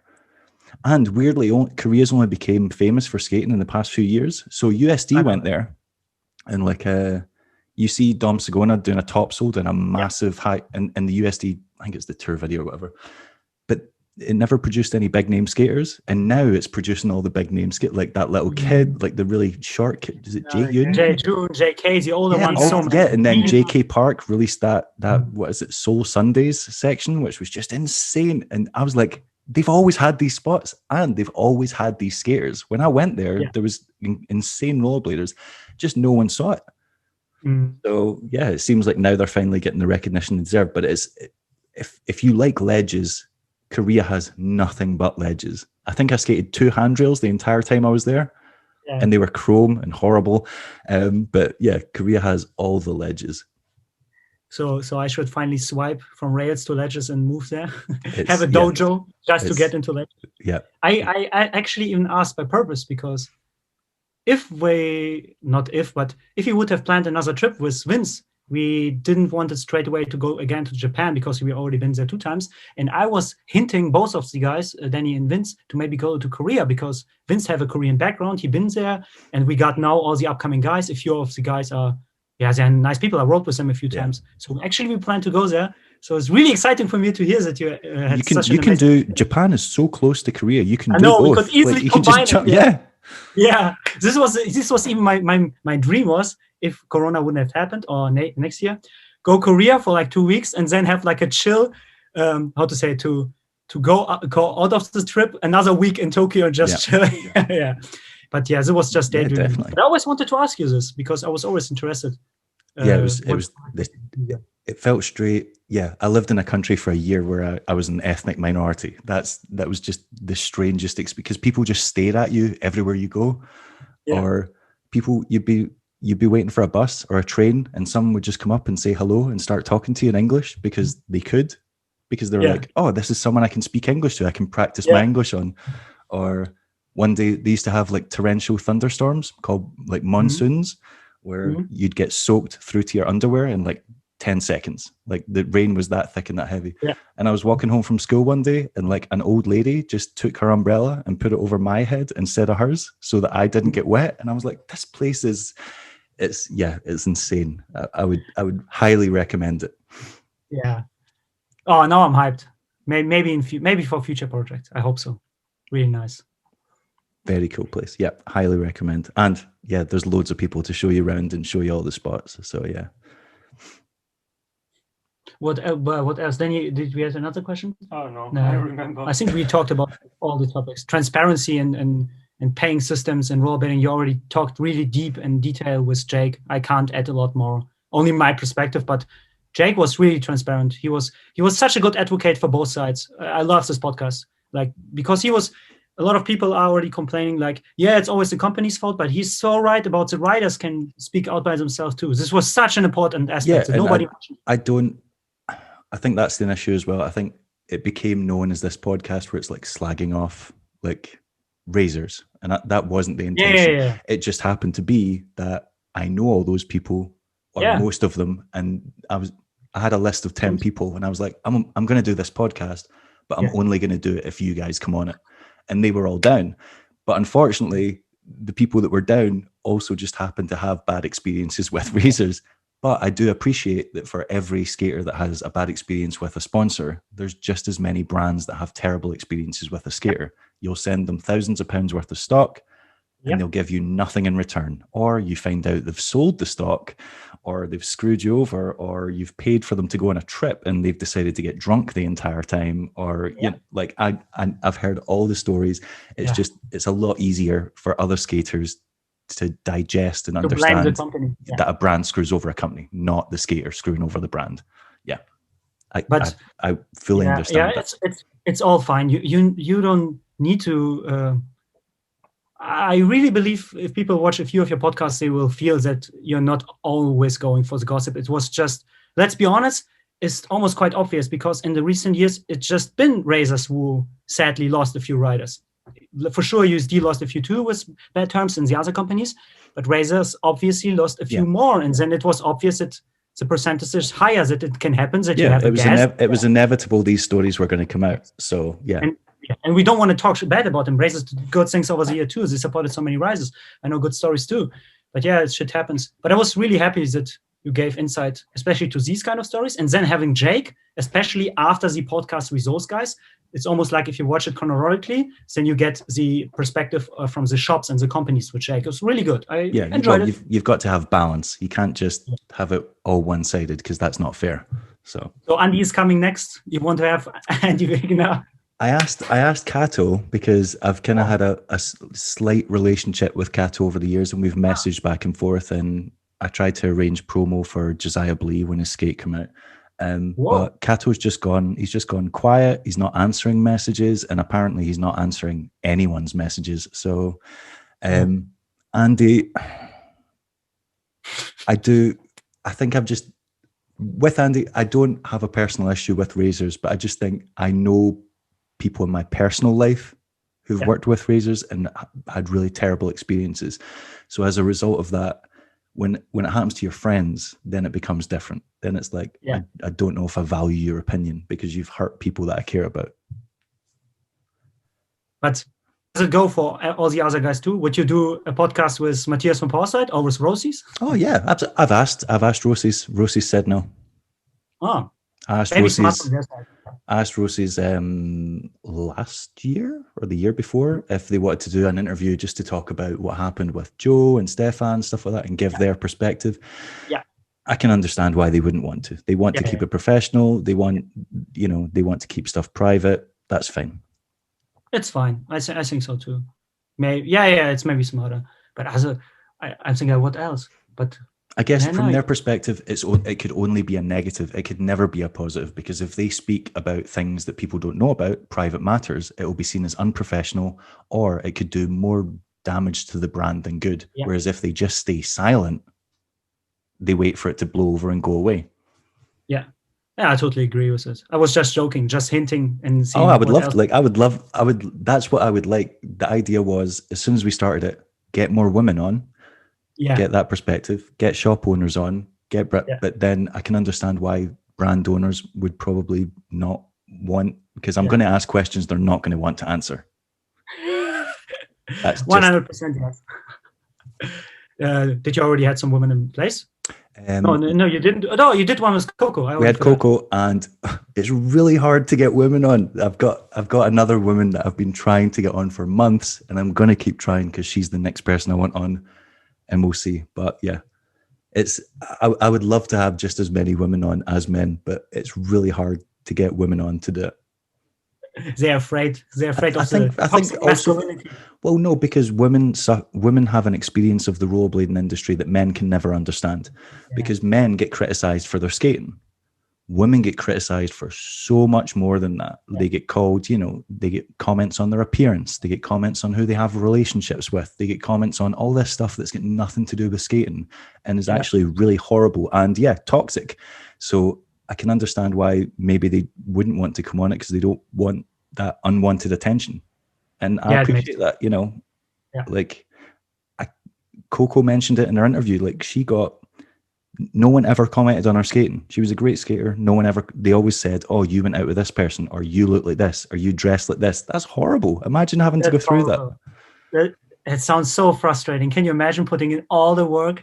And you're already a minority anyway. Like, women are a minority in rollerblading. They make up like 5% max. Yeah. So you've already got all this unwanted attention, and then you get guys being absolute creeps to you, and then other women being horrible to you, saying, you're whatever.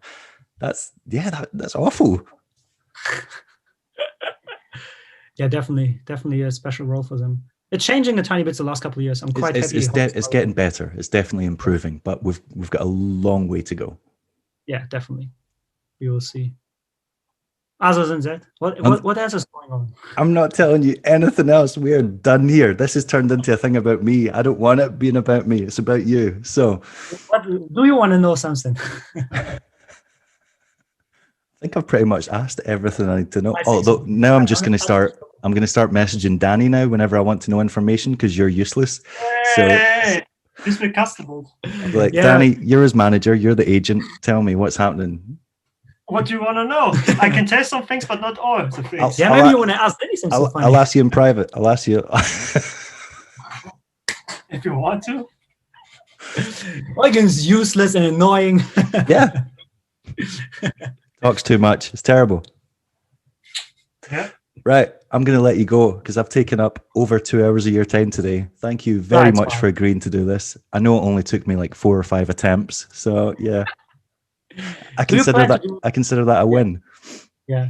And before I ask way too much stuff, do you plan to do only one guest one at a time, or do you want to do maybe in a few, I don't know, years, maybe another time? I like the idea of doing just one-on-one, just because then I find that I love Jump Street, but when they've got a couple of guests on, it can sometimes get confusing, or they talk over each other, and then so I would rather just do it one-on-one. I think it works. It's a good format. And another question: do we want to sometimes invite a guest another time after a year or something?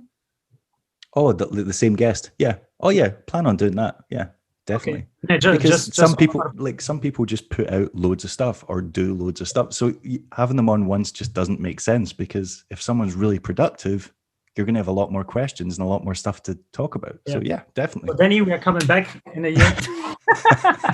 2024. I'll see you then. Actually, we need to do it in 4-year gaps. That's the rule. Yeah, that's the new rule for us. It's the 4. We do interviews in 4-year gaps. Yeah. No, it's all good. I'm just kidding. So 2025. I'll see you then. See you then. Right. Enjoy the rest of your day. Speak soon. Speak soon. Bye-bye. Bye.